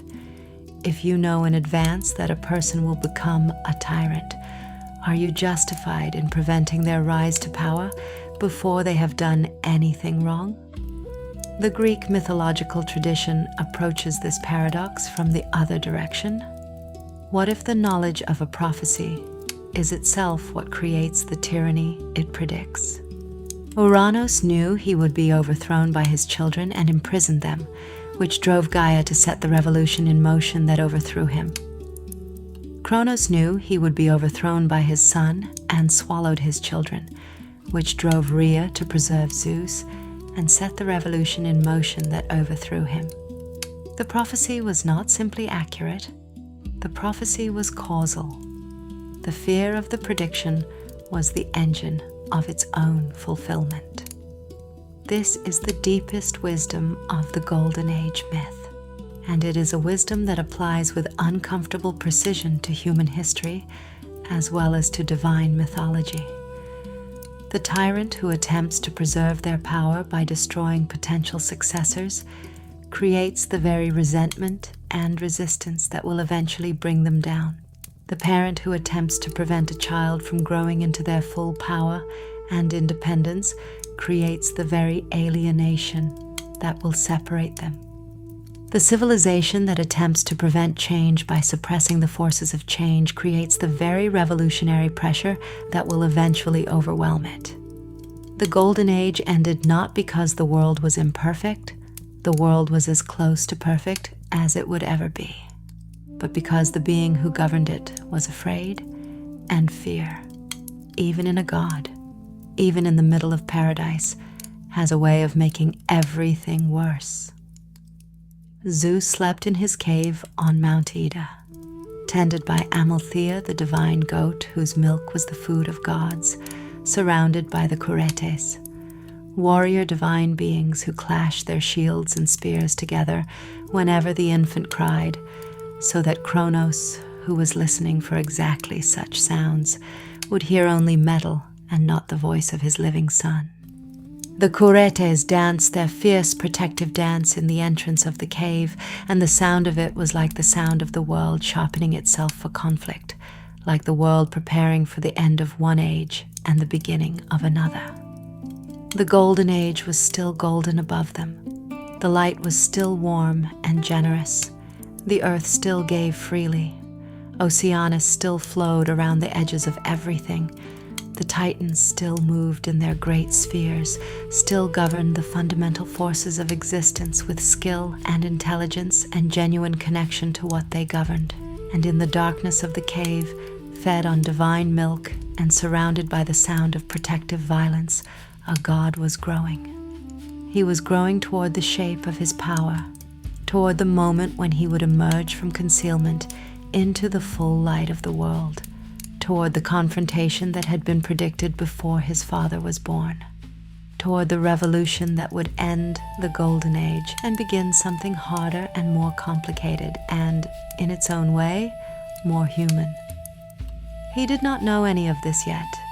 He was an infant, and infants do not know what they are. They only are what they are, with the absolute and total presence of beings who have not yet learned to be divided against themselves, who have not yet learned to carry the future in their bodies as Cronus carried it, as a burden, as a wound, as the knowledge that what is good now will eventually end. Zeus slept and grew, and the world that would someday be his waited in its last golden light. The end was not yet, but it was coming. The silence before the fall of Cronus lasted, in mythological time, for the length of a divine youth, for however long it took Zeus to grow from the infant hidden in the Cretan cave into the god he was destined to be. Divine time is not human time, and divine growth is not human growth, and we should not imagine Zeus aging through childhood and adolescence in the way that a human child does, developing gradually and consciously toward the awareness of what he is. Divine becoming is something stranger and more sudden than that, a quality of potential that exists from the first moment and simply requires the right conditions to express itself, the way that a seed does not gradually decide to become a tree, but contains the tree completely within it from the beginning, waiting only for warmth and water and time. What we can say is that when Zeus emerged from concealment and presented himself to the world, he was already fully what he was going to be. The king of the Olympians, the lord of the sky and thunder, the god of justice and order and the measured administration of consequence. He carried these things in him not as achievements, but as attributes, not as things he had worked to become, but as things he simply was, had always been, would always be. And standing in the light of the Golden Age for the first time, feeling its warmth on his divine skin, seeing the world his father had governed spread out before him in all its abundance and beauty and deep structural injustice, he understood immediately and completely that this world was going to change, that he was the instrument of that change, and that the change would cost something irreplaceable, even as it made possible something necessary. He stood there for a long moment, this new God at the edge of the known world, and breathed the last pure air of the age that was ending. Then he went to find his father. But before the confrontation, before the thunder and the war and the great cataclysm of divine succession, there was a meeting that the ancient sources describe with a quality of quiet drama that is, in its own way, more unsettling than any battle scene. Zeus went first to his mother Rhea, and through Rhea he was given access to Cronus's court, disguised, in most versions of the myth, as a cupbearer, a servant, a figure of such insignificance in the divine hierarchy that no one would think to look twice at him. Think about what this means. The God who would become the supreme ruler of the cosmos, the being before whom every other divine power would eventually bow, entered his father's presence as a servant. He poured the wine. He stood at the edge of the gathering of Titans at the height of their power and their beauty and their golden age magnificence, and he watched, and he learned, and he waited with the specific patience of someone who knows that what they are waiting for will come, because it cannot not come. There is in this image Zeus the servant, Zeus the watcher, Zeus the patient strategist, something that tells us more about the character of the Olympian order that was coming than 1,000 descriptions of his thunderbolt. The Olympian cosmos would be a cosmos of cunning as much as power, of strategy as much as force, of the carefully timed revelation as much as the frontal assault. He had brought with him from the Oceanid Metis, the goddess of cunning intelligence, the wisest being in the cosmos, who would later become his first wife before he swallowed her for reasons that have their own complex chapter in the mythology. An emetic herb, a divine preparation that would cause Cronus to vomit up the children he had swallowed. He mixed it into his father's drink with the careful, precise movements of someone performing an action that has been rehearsed many times in the mind before being performed with the hands, and he poured the cup, and he stepped back into the shadows of the great divine hall and waited. Cronus drank. The effects were not immediate, and they were not subtle when they came.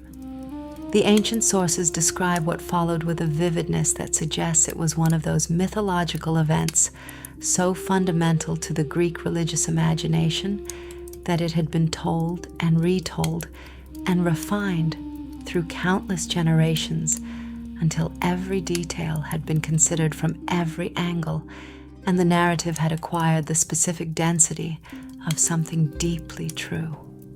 Cronus's body convulsed with the force of the divine children struggling to emerge from it.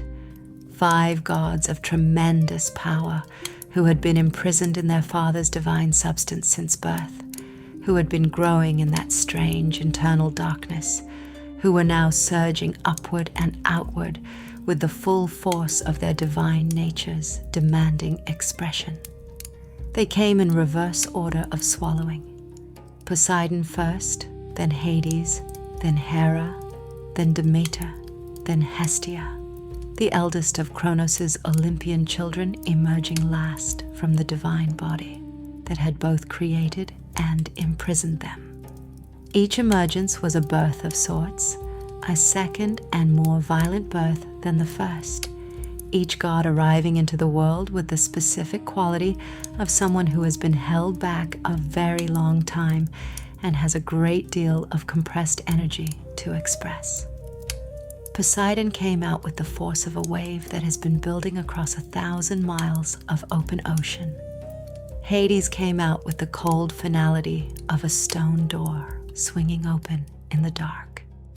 Hera came out with the fierce dignity of someone whose anger has had a very long time to become something more refined and more dangerous than simple anger. And they looked at Zeus, this stranger who had freed them, this brother they had never met. and they recognized him in the way that gods recognize fundamental truths, immediately and completely, and without the need for introduction or explanation. He was what they had been waiting for. He was the shape of the future they had been gestating in the dark, the form that their liberation had been moving toward without their knowledge, the answer to a question they had not known they were asking. Zeus looked back at them, and whatever passed between the 6 Olympian siblings in that moment, whatever communication occurred in the language that gods use when they are recognizing something essential about their own nature and their place in the structure of things, it was sufficient. They were together. They were real. They were going to fight. Cronus understood what had happened before the last of his children emerged. He understood it with the terrible clarity of someone receiving the confirmation of the thing they have spent every resource they possessed trying to prevent, the clarity of a prophecy fulfilling itself, the specific devastation of a worst fear becoming a present reality rather than a future dread. He had swallowed his children, and this had not been enough. He had maintained his power and his vigilance and his terrible arithmetic of prevention, and this had not been enough. The sun still stood before him, freed, alive, flanked by the gods, who should have been imprisoned forever in the divine darkness of their father's body. He called his Titan siblings to arms. This is the moment that the Greek mythological tradition calls the Titanomachy, the War of the Titans, and it is important to understand it not simply as a battle, but as a cosmological crisis, a war not merely for political power, but for the fundamental structure of reality itself. What was at stake in the Titanomachy was not simply the question of who would sit on the divine throne, but the question of what kind of cosmos the world would be, whether it would continue to be governed by the principles the Titans embodied, or whether it would be reorganized according to the different, harder, more juridical principles that Zeus represented. The Titans gathered on Mount Othrys, which stands in Thessaly as a great limestone massif visible for enormous distances across the northern Greek landscape, and they arrayed themselves there with the full force of their divine power, Cronus at their center, still magnificent despite the violation he had just suffered, still carrying in his bearing the genuine grandeur of the being who had governed the Golden Age, still capable of inspiring the specific awe that belongs only to things that are both terrible and beautiful simultaneously. The Titans were not simply soldiers obeying a commander. They were fundamental cosmic forces aligning themselves, and when they moved, the movement was felt in the movement of time itself, in the turning of the celestial bodies, in the tides and the seasons, and the deep rhythms of the earth. The Olympians gathered on Mount Olympus, which rises to the north of Thessaly as the highest peak in all of Greece, its summit perpetually hidden in cloud, inaccessible and divine, and they arrayed themselves there with a determination that was different in quality from the Titan's power, younger, rawer, less settled, but carrying within it the specific energy of something that is becoming what it is going to be. The forward momentum of a future that has been gathering itself for a very long time and is now finally moving. For 10 years they fought. The ancient sources are consistent about this number, 10 years, and it is a number that carries within it the specific quality of a struggle that is genuinely evenly matched, that cannot be resolved by a single decisive blow or a fortunate stratagem, that requires the full and sustained commitment of both sides over a period of time long enough to become its own kind of eternity. The Titanomachy was not a war with a clear narrative arc. It did not have an early phase in which one side dominated, followed by a reversal, followed by a final climax. It was a war of attrition and endurance, a grinding, sustained conflict in which neither side could quite destroy the other, in which victories on both sides were temporary, and the situation at the end of each year was essentially what it had been at the beginning. The world suffered. This is something that accounts of the Titanomachy tend to move past quickly, but it deserves attention, because the suffering of the world during 10 years of divine warfare is not incidental to the story, but central to it. Mountains were uprooted and used as weapons. Seas were displaced from their beds and crashed across the land in waves that drowned everything in their path. The sky was filled with the clash of divine forces so powerful that the sound and light and heat of their conflict reached to the ends of the earth and into the depths of Tartarus below. The careful, abundant, peacefully governed world of the Golden Age was destroyed during the Titanomachy. Not all at once, but incrementally. Each year of war removing some layer of the perfection that Cronus' rule had created. Each divine battle scarring the landscape in ways that could not quite be healed, until by the time the war ended, the world was a fundamentally different place from what it had been when the war began.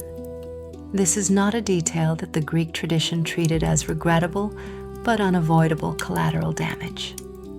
It was a meaningful loss, a loss that the tradition mourned and remembered and incorporated into its understanding of why the world was the way it was in historical times, why the earth had to be worked so hard for its fruits, why winters were cold and summers scorching, why the animals were afraid of human beings, and human beings afraid of larger things, why existence had the quality of difficulty that characterized the Iron Age rather than the effortless abundance that had characterized the Gold.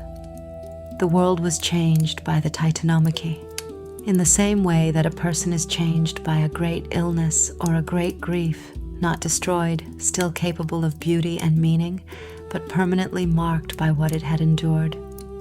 The war turned on a decision that Zeus made partway through the 10 years, a decision that was the most important strategic choice of his young divine career, and that expressed, in concentrated form, everything that would characterize the Olympian order he was fighting to establish. He went down to Tartarus. Tartarus, the deepest place in the cosmos, deeper than the underworld, deeper than anything with a name, the place where the first terrible things had been imprisoned since the beginning of the world. The Cyclopes were there, the 3 one-eyed smiths, sons of Gaia and Uranos, imprisoned first by Uranos and then by Cronus, who had spent vast stretches of divine time in the absolute darkness of that deep place, with nothing to do but think and wait, and because they were divine craftsmen of the highest order, to imagine in meticulous detail the things they would make if they ever had materials and light and freedom. The Hecatoncheires were there too, Codus and Briareos and Gyges, the 300-handed beings of tremendous violence, imprisoned since before the Titans were born, each with 50 heads and 100 hands capable of hurling 300 boulders simultaneously with the aim and force of divine purpose. Zeus came to them in the dark and made an offer that Uranos and Cronus had both failed to consider making, because both of them had been too afraid of these beings to imagine offering them anything except continued imprisonment. He offered them freedom. He offered them inclusion. He offered them a place in the world that was being fought over above, a recognition of their power and their worth, and their right to exist without chains. He offered them, in the specific political language that the Greek tradition understood, alliance, equal partnership in the struggle, with all the dignity and recognition that genuine alliance implies. And he offered them something more concrete, Gaia's ambrosia and nectar, brought down into the darkness for the first time, restoring the divine strength that had been diminished by ages of imprisonment. The ancient sources describe this moment with a quality of tenderness that is unusual in the context of the Titanomachy, Zeus in the deepest darkness, feeding divine food to beings who had known nothing but deprivation for longer than the world had had a history, and the Cyclops and Hecatoncheires receiving this gift not only with gratitude, but with a kind of fierce joy, the specific joy of powerful beings given back their power, of craftsmen given back their materials, of warriors given back their purpose. The Cyclopes gave Zeus his thunderbolt in return. They gave Poseidon his trident. They gave Hades his helm of darkness. They gave these gifts with the understanding of master craftsmen who have spent ages imagining the perfect expression of each recipient's nature. Gifts so precisely calibrated to the gods who received them that they were not really gifts at all in the ordinary sense, but revelations, the external forms of divine natures made visible and usable. The thunderbolt was not a weapon Zeus acquired. It was an expression of what Zeus already was, the rage and the force and the capacity for devastating illumination that had been part of his divine nature since before his birth, now given a form that the world could see and hear and fear. The Hecatoncheires emerged from Tartarus and joined the battle on the side of the Olympians, and the balance of the war shifted immediately and permanently. When they hurled their 300 boulders simultaneously, 600 arms working in perfect coordinated violence, each projectile carrying divine force multiplied by the rage of beings imprisoned for an eternity, the Titan lines broke. Not because the Titans were not powerful, not because they fought without courage or skill, but because the Hecatoncheires represented a force that had been kept out of the world's reckoning for so long that neither side had properly factored it into their calculations, and its sudden entrance into the equation was decisive in the way that truly new things are always decisive, not by defeating the existing forces, but by changing the nature of the contest entirely. The fall of Cronus was not a single moment, but a process, and the process was ugly in the way that the falls of great things are always ugly, not swift and clean, but drawn out and grinding, and full of the specific sorrow of watching something magnificent become something defeated. He fought with everything he had. He fought with the full force of his divine nature, with his mastery of time and his connection to the deep agricultural powers of the earth, with the genuine authority of a being who had governed the cosmos for an age and understood its workings better than anyone who was trying to take it from him. He fought with the desperate energy of someone who knows they are fighting not just for power, but for their existence, for the right to be what they are in a world that is rapidly ceasing to have room for what they are. And he lost. The ancient sources are less specific about the exact manner of Cronus's defeat than we might wish. The mythology tends to treat the fall of the Titan King as something that is known and completed rather than something that requires detailed narration, as if the how of it matters less than the fact of it, as if what deserves attention is not the mechanics of the final battle, but its meaning. Some accounts say that Zeus bound Cronus in Tartarus as Cronus had bound the Cyclopes. Some say he was sent to rule over Elysium, the paradise at the edges of the world where the honored dead resided, transformed from a tyrant into a judge of souls, his governing nature preserved but redirected, his connection to the Golden Age maintained, but in a form that could no longer threaten the Olympian order. The Romans would identify him with Saturn and the Saturnalia, that annual festival of inversion in which masters served slaves and all social hierarchies were temporarily reversed, was understood as a memory of and tribute to the Golden Age that Cronus had governed, a seasonal acknowledgement that the world as currently constituted was not the only possible world, that something had been lost as well as gained when Zeus took the throne. The other Titans were bound in Tartarus, with chains that the Hecatoncheires were appointed to guard, because the Hecatoncheires were the only beings whose strength was sufficient to hold them and whose loyalty to Zeus was sufficiently established.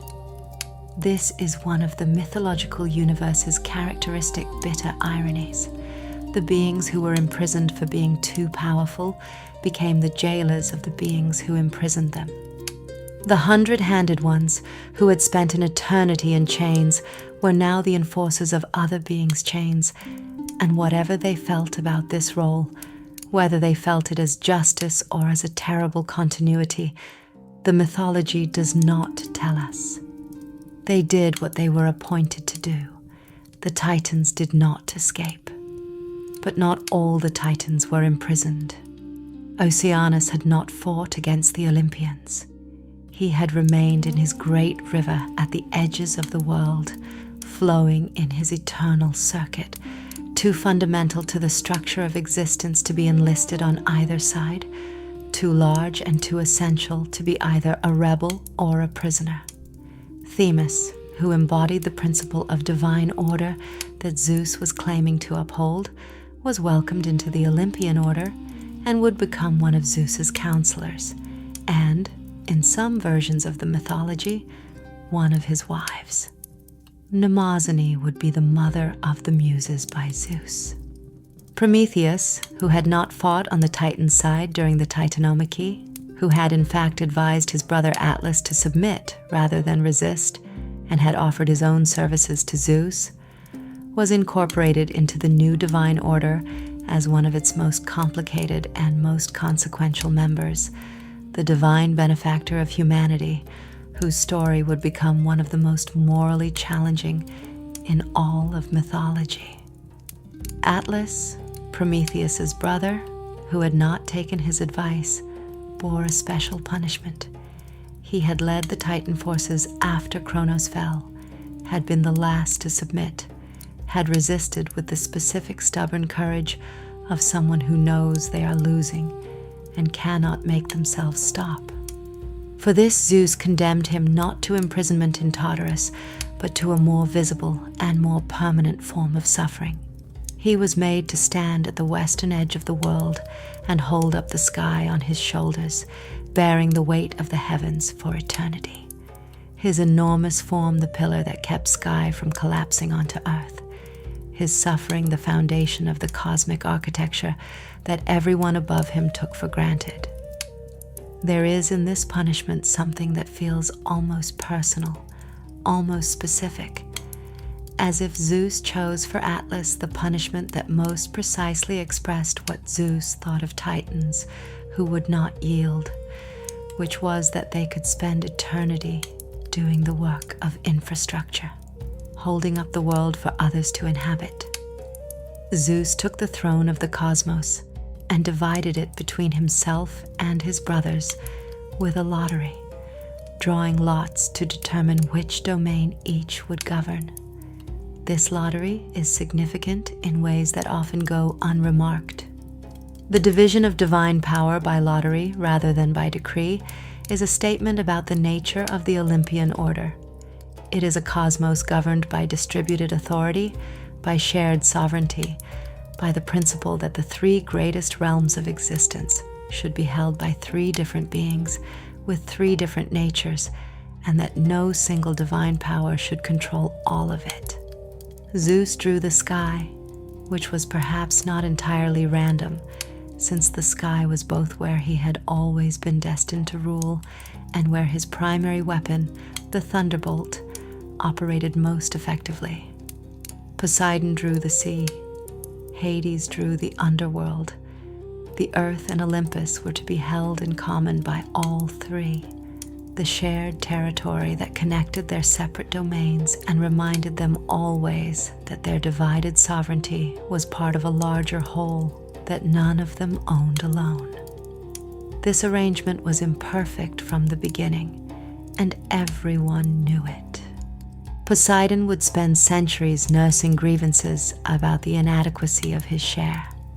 Hades would become the most isolated of the divine powers, governing his kingdom of the dead with a thoroughness and a grimness that set him apart from the sunlit world of Olympus. Zeus would struggle with the specific difficulty of ruling over beings who were his equals in origin and his inferiors in authority.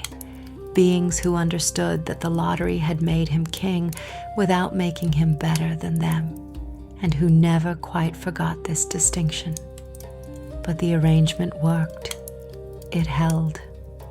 The Olympian cosmos that Zeus established was not the Golden Age. It was never intended to be the Golden Age, and it was not.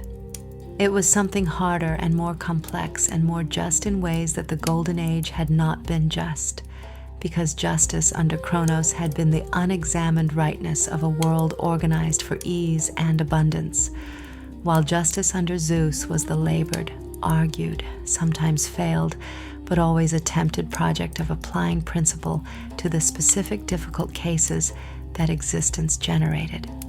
Zeus established the institutions of divine governance, the assembly of the gods on Olympus, the oracle at Delphi through which divine knowledge was made available to mortals in carefully ambiguous form, the great festivals and sacrifices through which the relationship between human beings and their gods was formalized and maintained. He appointed the Fates, the Moirai, who predated him and who he could no more control than anyone else, but whose function he recognized and incorporated into his cosmic order.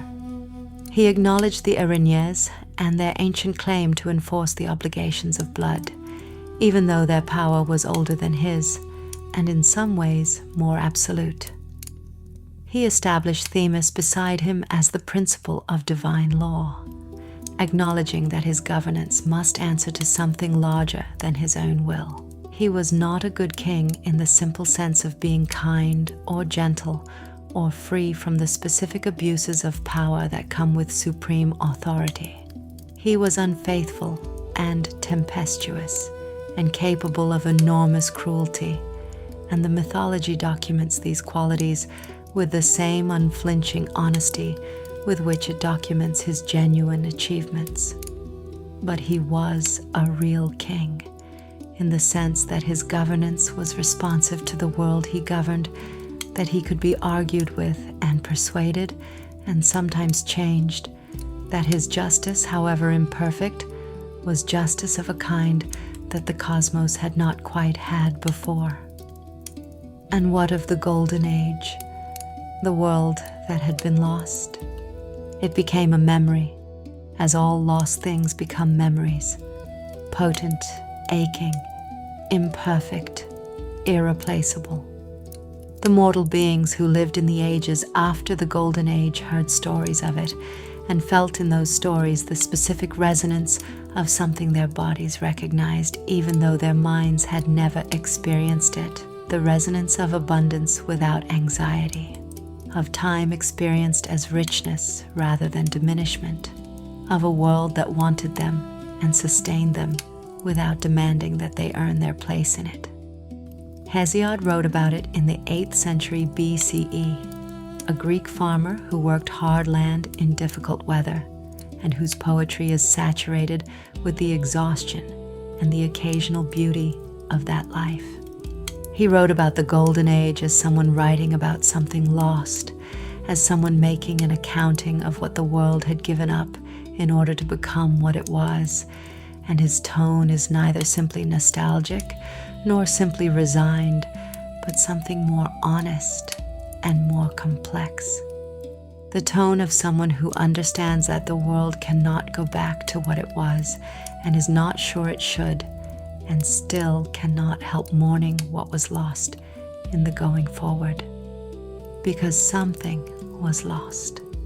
This is the truth that the mythology of the Titans asks us to hold alongside the truth that the Olympian order was necessary and in its own way valuable. The overthrow of Cronus was not simply a victory, it was also a loss, a permanent and irreversible loss of a quality of existence that the world has not recovered and will not recover. The Golden Age is not waiting to be restored. It is not a political project or a spiritual goal or a destination toward which properly organized societies can direct themselves. It is a past that was genuinely past, the memory of a world that the world itself no longer knows how to be. What the memory of the Golden Age does, what it continues to do across the 2.5 millennia since Greek poets first committed it to verse, is serve as a mirror. It shows us the world as it is by showing us what the world was, and in the gap between the two, in the space between the effortless abundance of the mythological past and the labored difficulty of the historical present, we can read the shape of what was lost, which is always also the shape of what is most deeply desired. We want to be in a world that wants us. We want time to be a gift rather than a countdown. We want the earth to give freely, and the animals to be at peace and death to come gently when it comes, and not before. We want to exist without having to earn the right to exist, without having to justify ourselves by our productivity, without the constant grinding anxiety of a world organized around scarcity and competition. These are not naive desires. They are not the desires of people who fail to understand the complexity of existence. They are the desires of people who understand existence very well and who have somewhere in the deep structure of their nature the memory of a time, real or mythological, it does not matter which, when things were otherwise. The Titans gave us that memory. Cronus, the god who feared his children and swallowed them, and built his fear into the structure of the world until the weight of it broke the world apart. Even Cronus gave us that.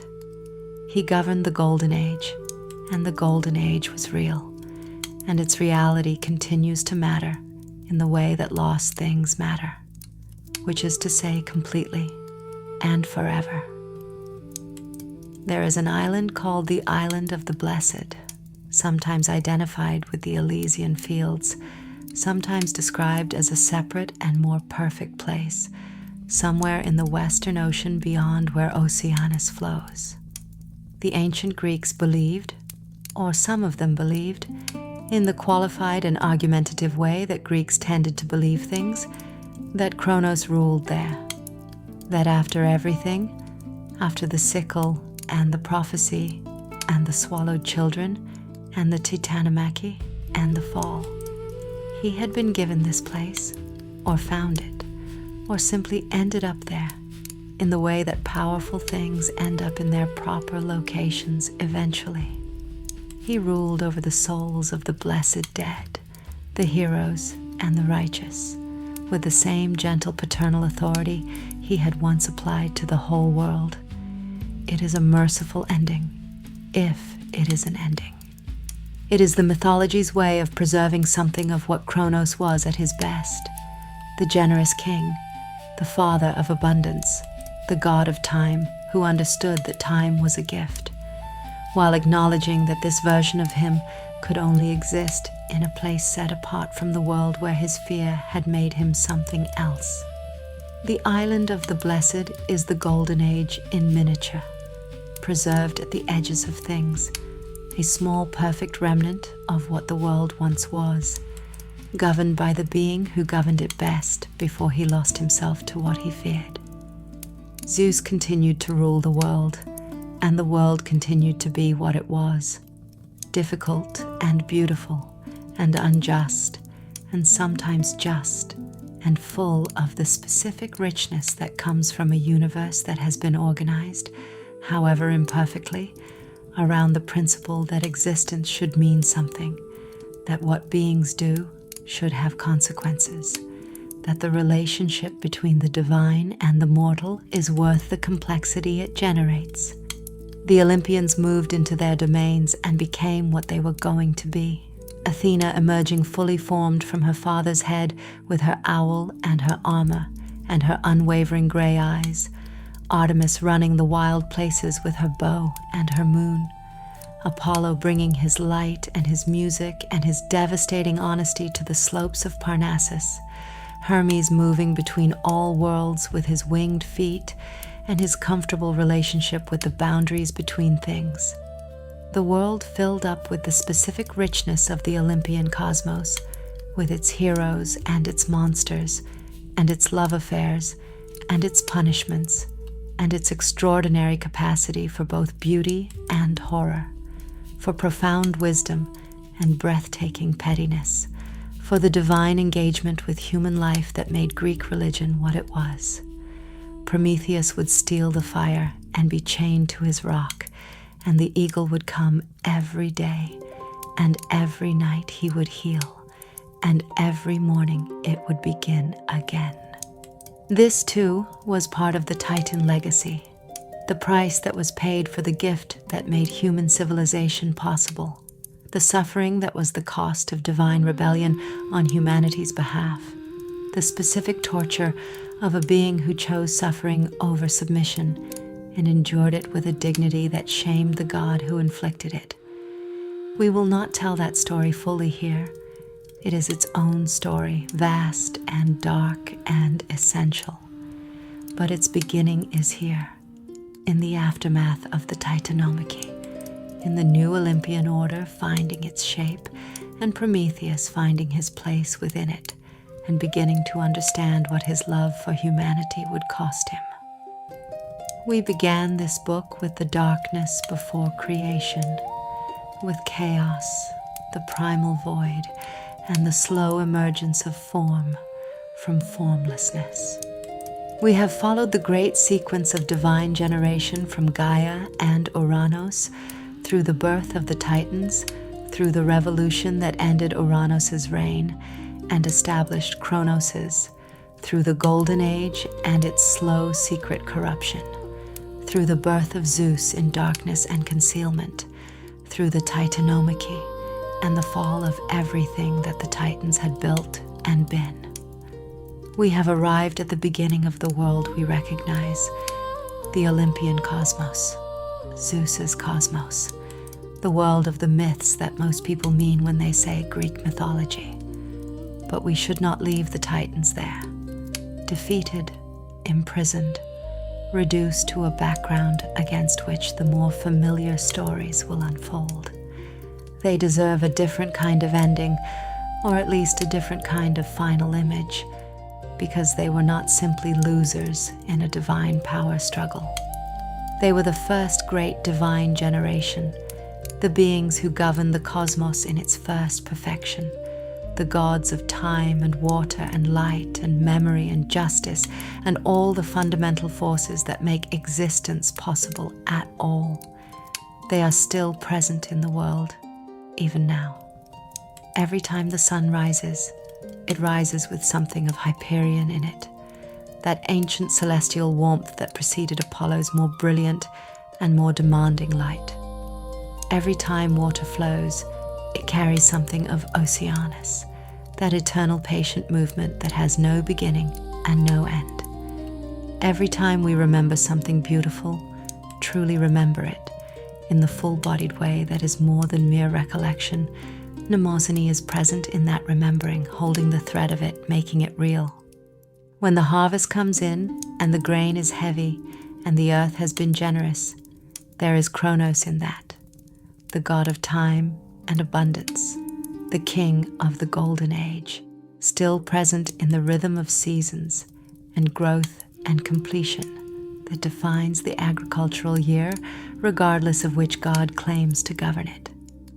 When we feel the deep rightness of a thing without being able to explain why it is right, without needing to construct a philosophical argument for our moral intuition, that is Themis. Older than law, deeper than legislation, the principle of divine order that preceded every human institution for regulating it. The Titans were not destroyed. They were absorbed into the world, into the processes that sustain the world, into the fabric of existence itself, where their natures continue to express themselves regardless of whether any divine throne is assigned to them. They were the first generation of divine intelligences to inhabit and govern the cosmos, and first things, in the Greek mythological understanding, have a kind of priority that cannot be fully superseded. You can overthrow a king, but you cannot overthrow the qualities that made them great. You can imprison a god, but you cannot imprison what the god embodies. The golden age is over. The Titans are fallen. The world as the Greeks knew it, as we still in many ways know it, is the world that came after both of these things. The world shaped by their loss, the world that carries their memory the way a landscape carries the memory of glaciers long since melted, in the shapes of its valleys, in the quality of its soil, in the specific contours of a terrain that was formed by forces no longer present. But the forces were real. The Golden Age was real. The Titans were real.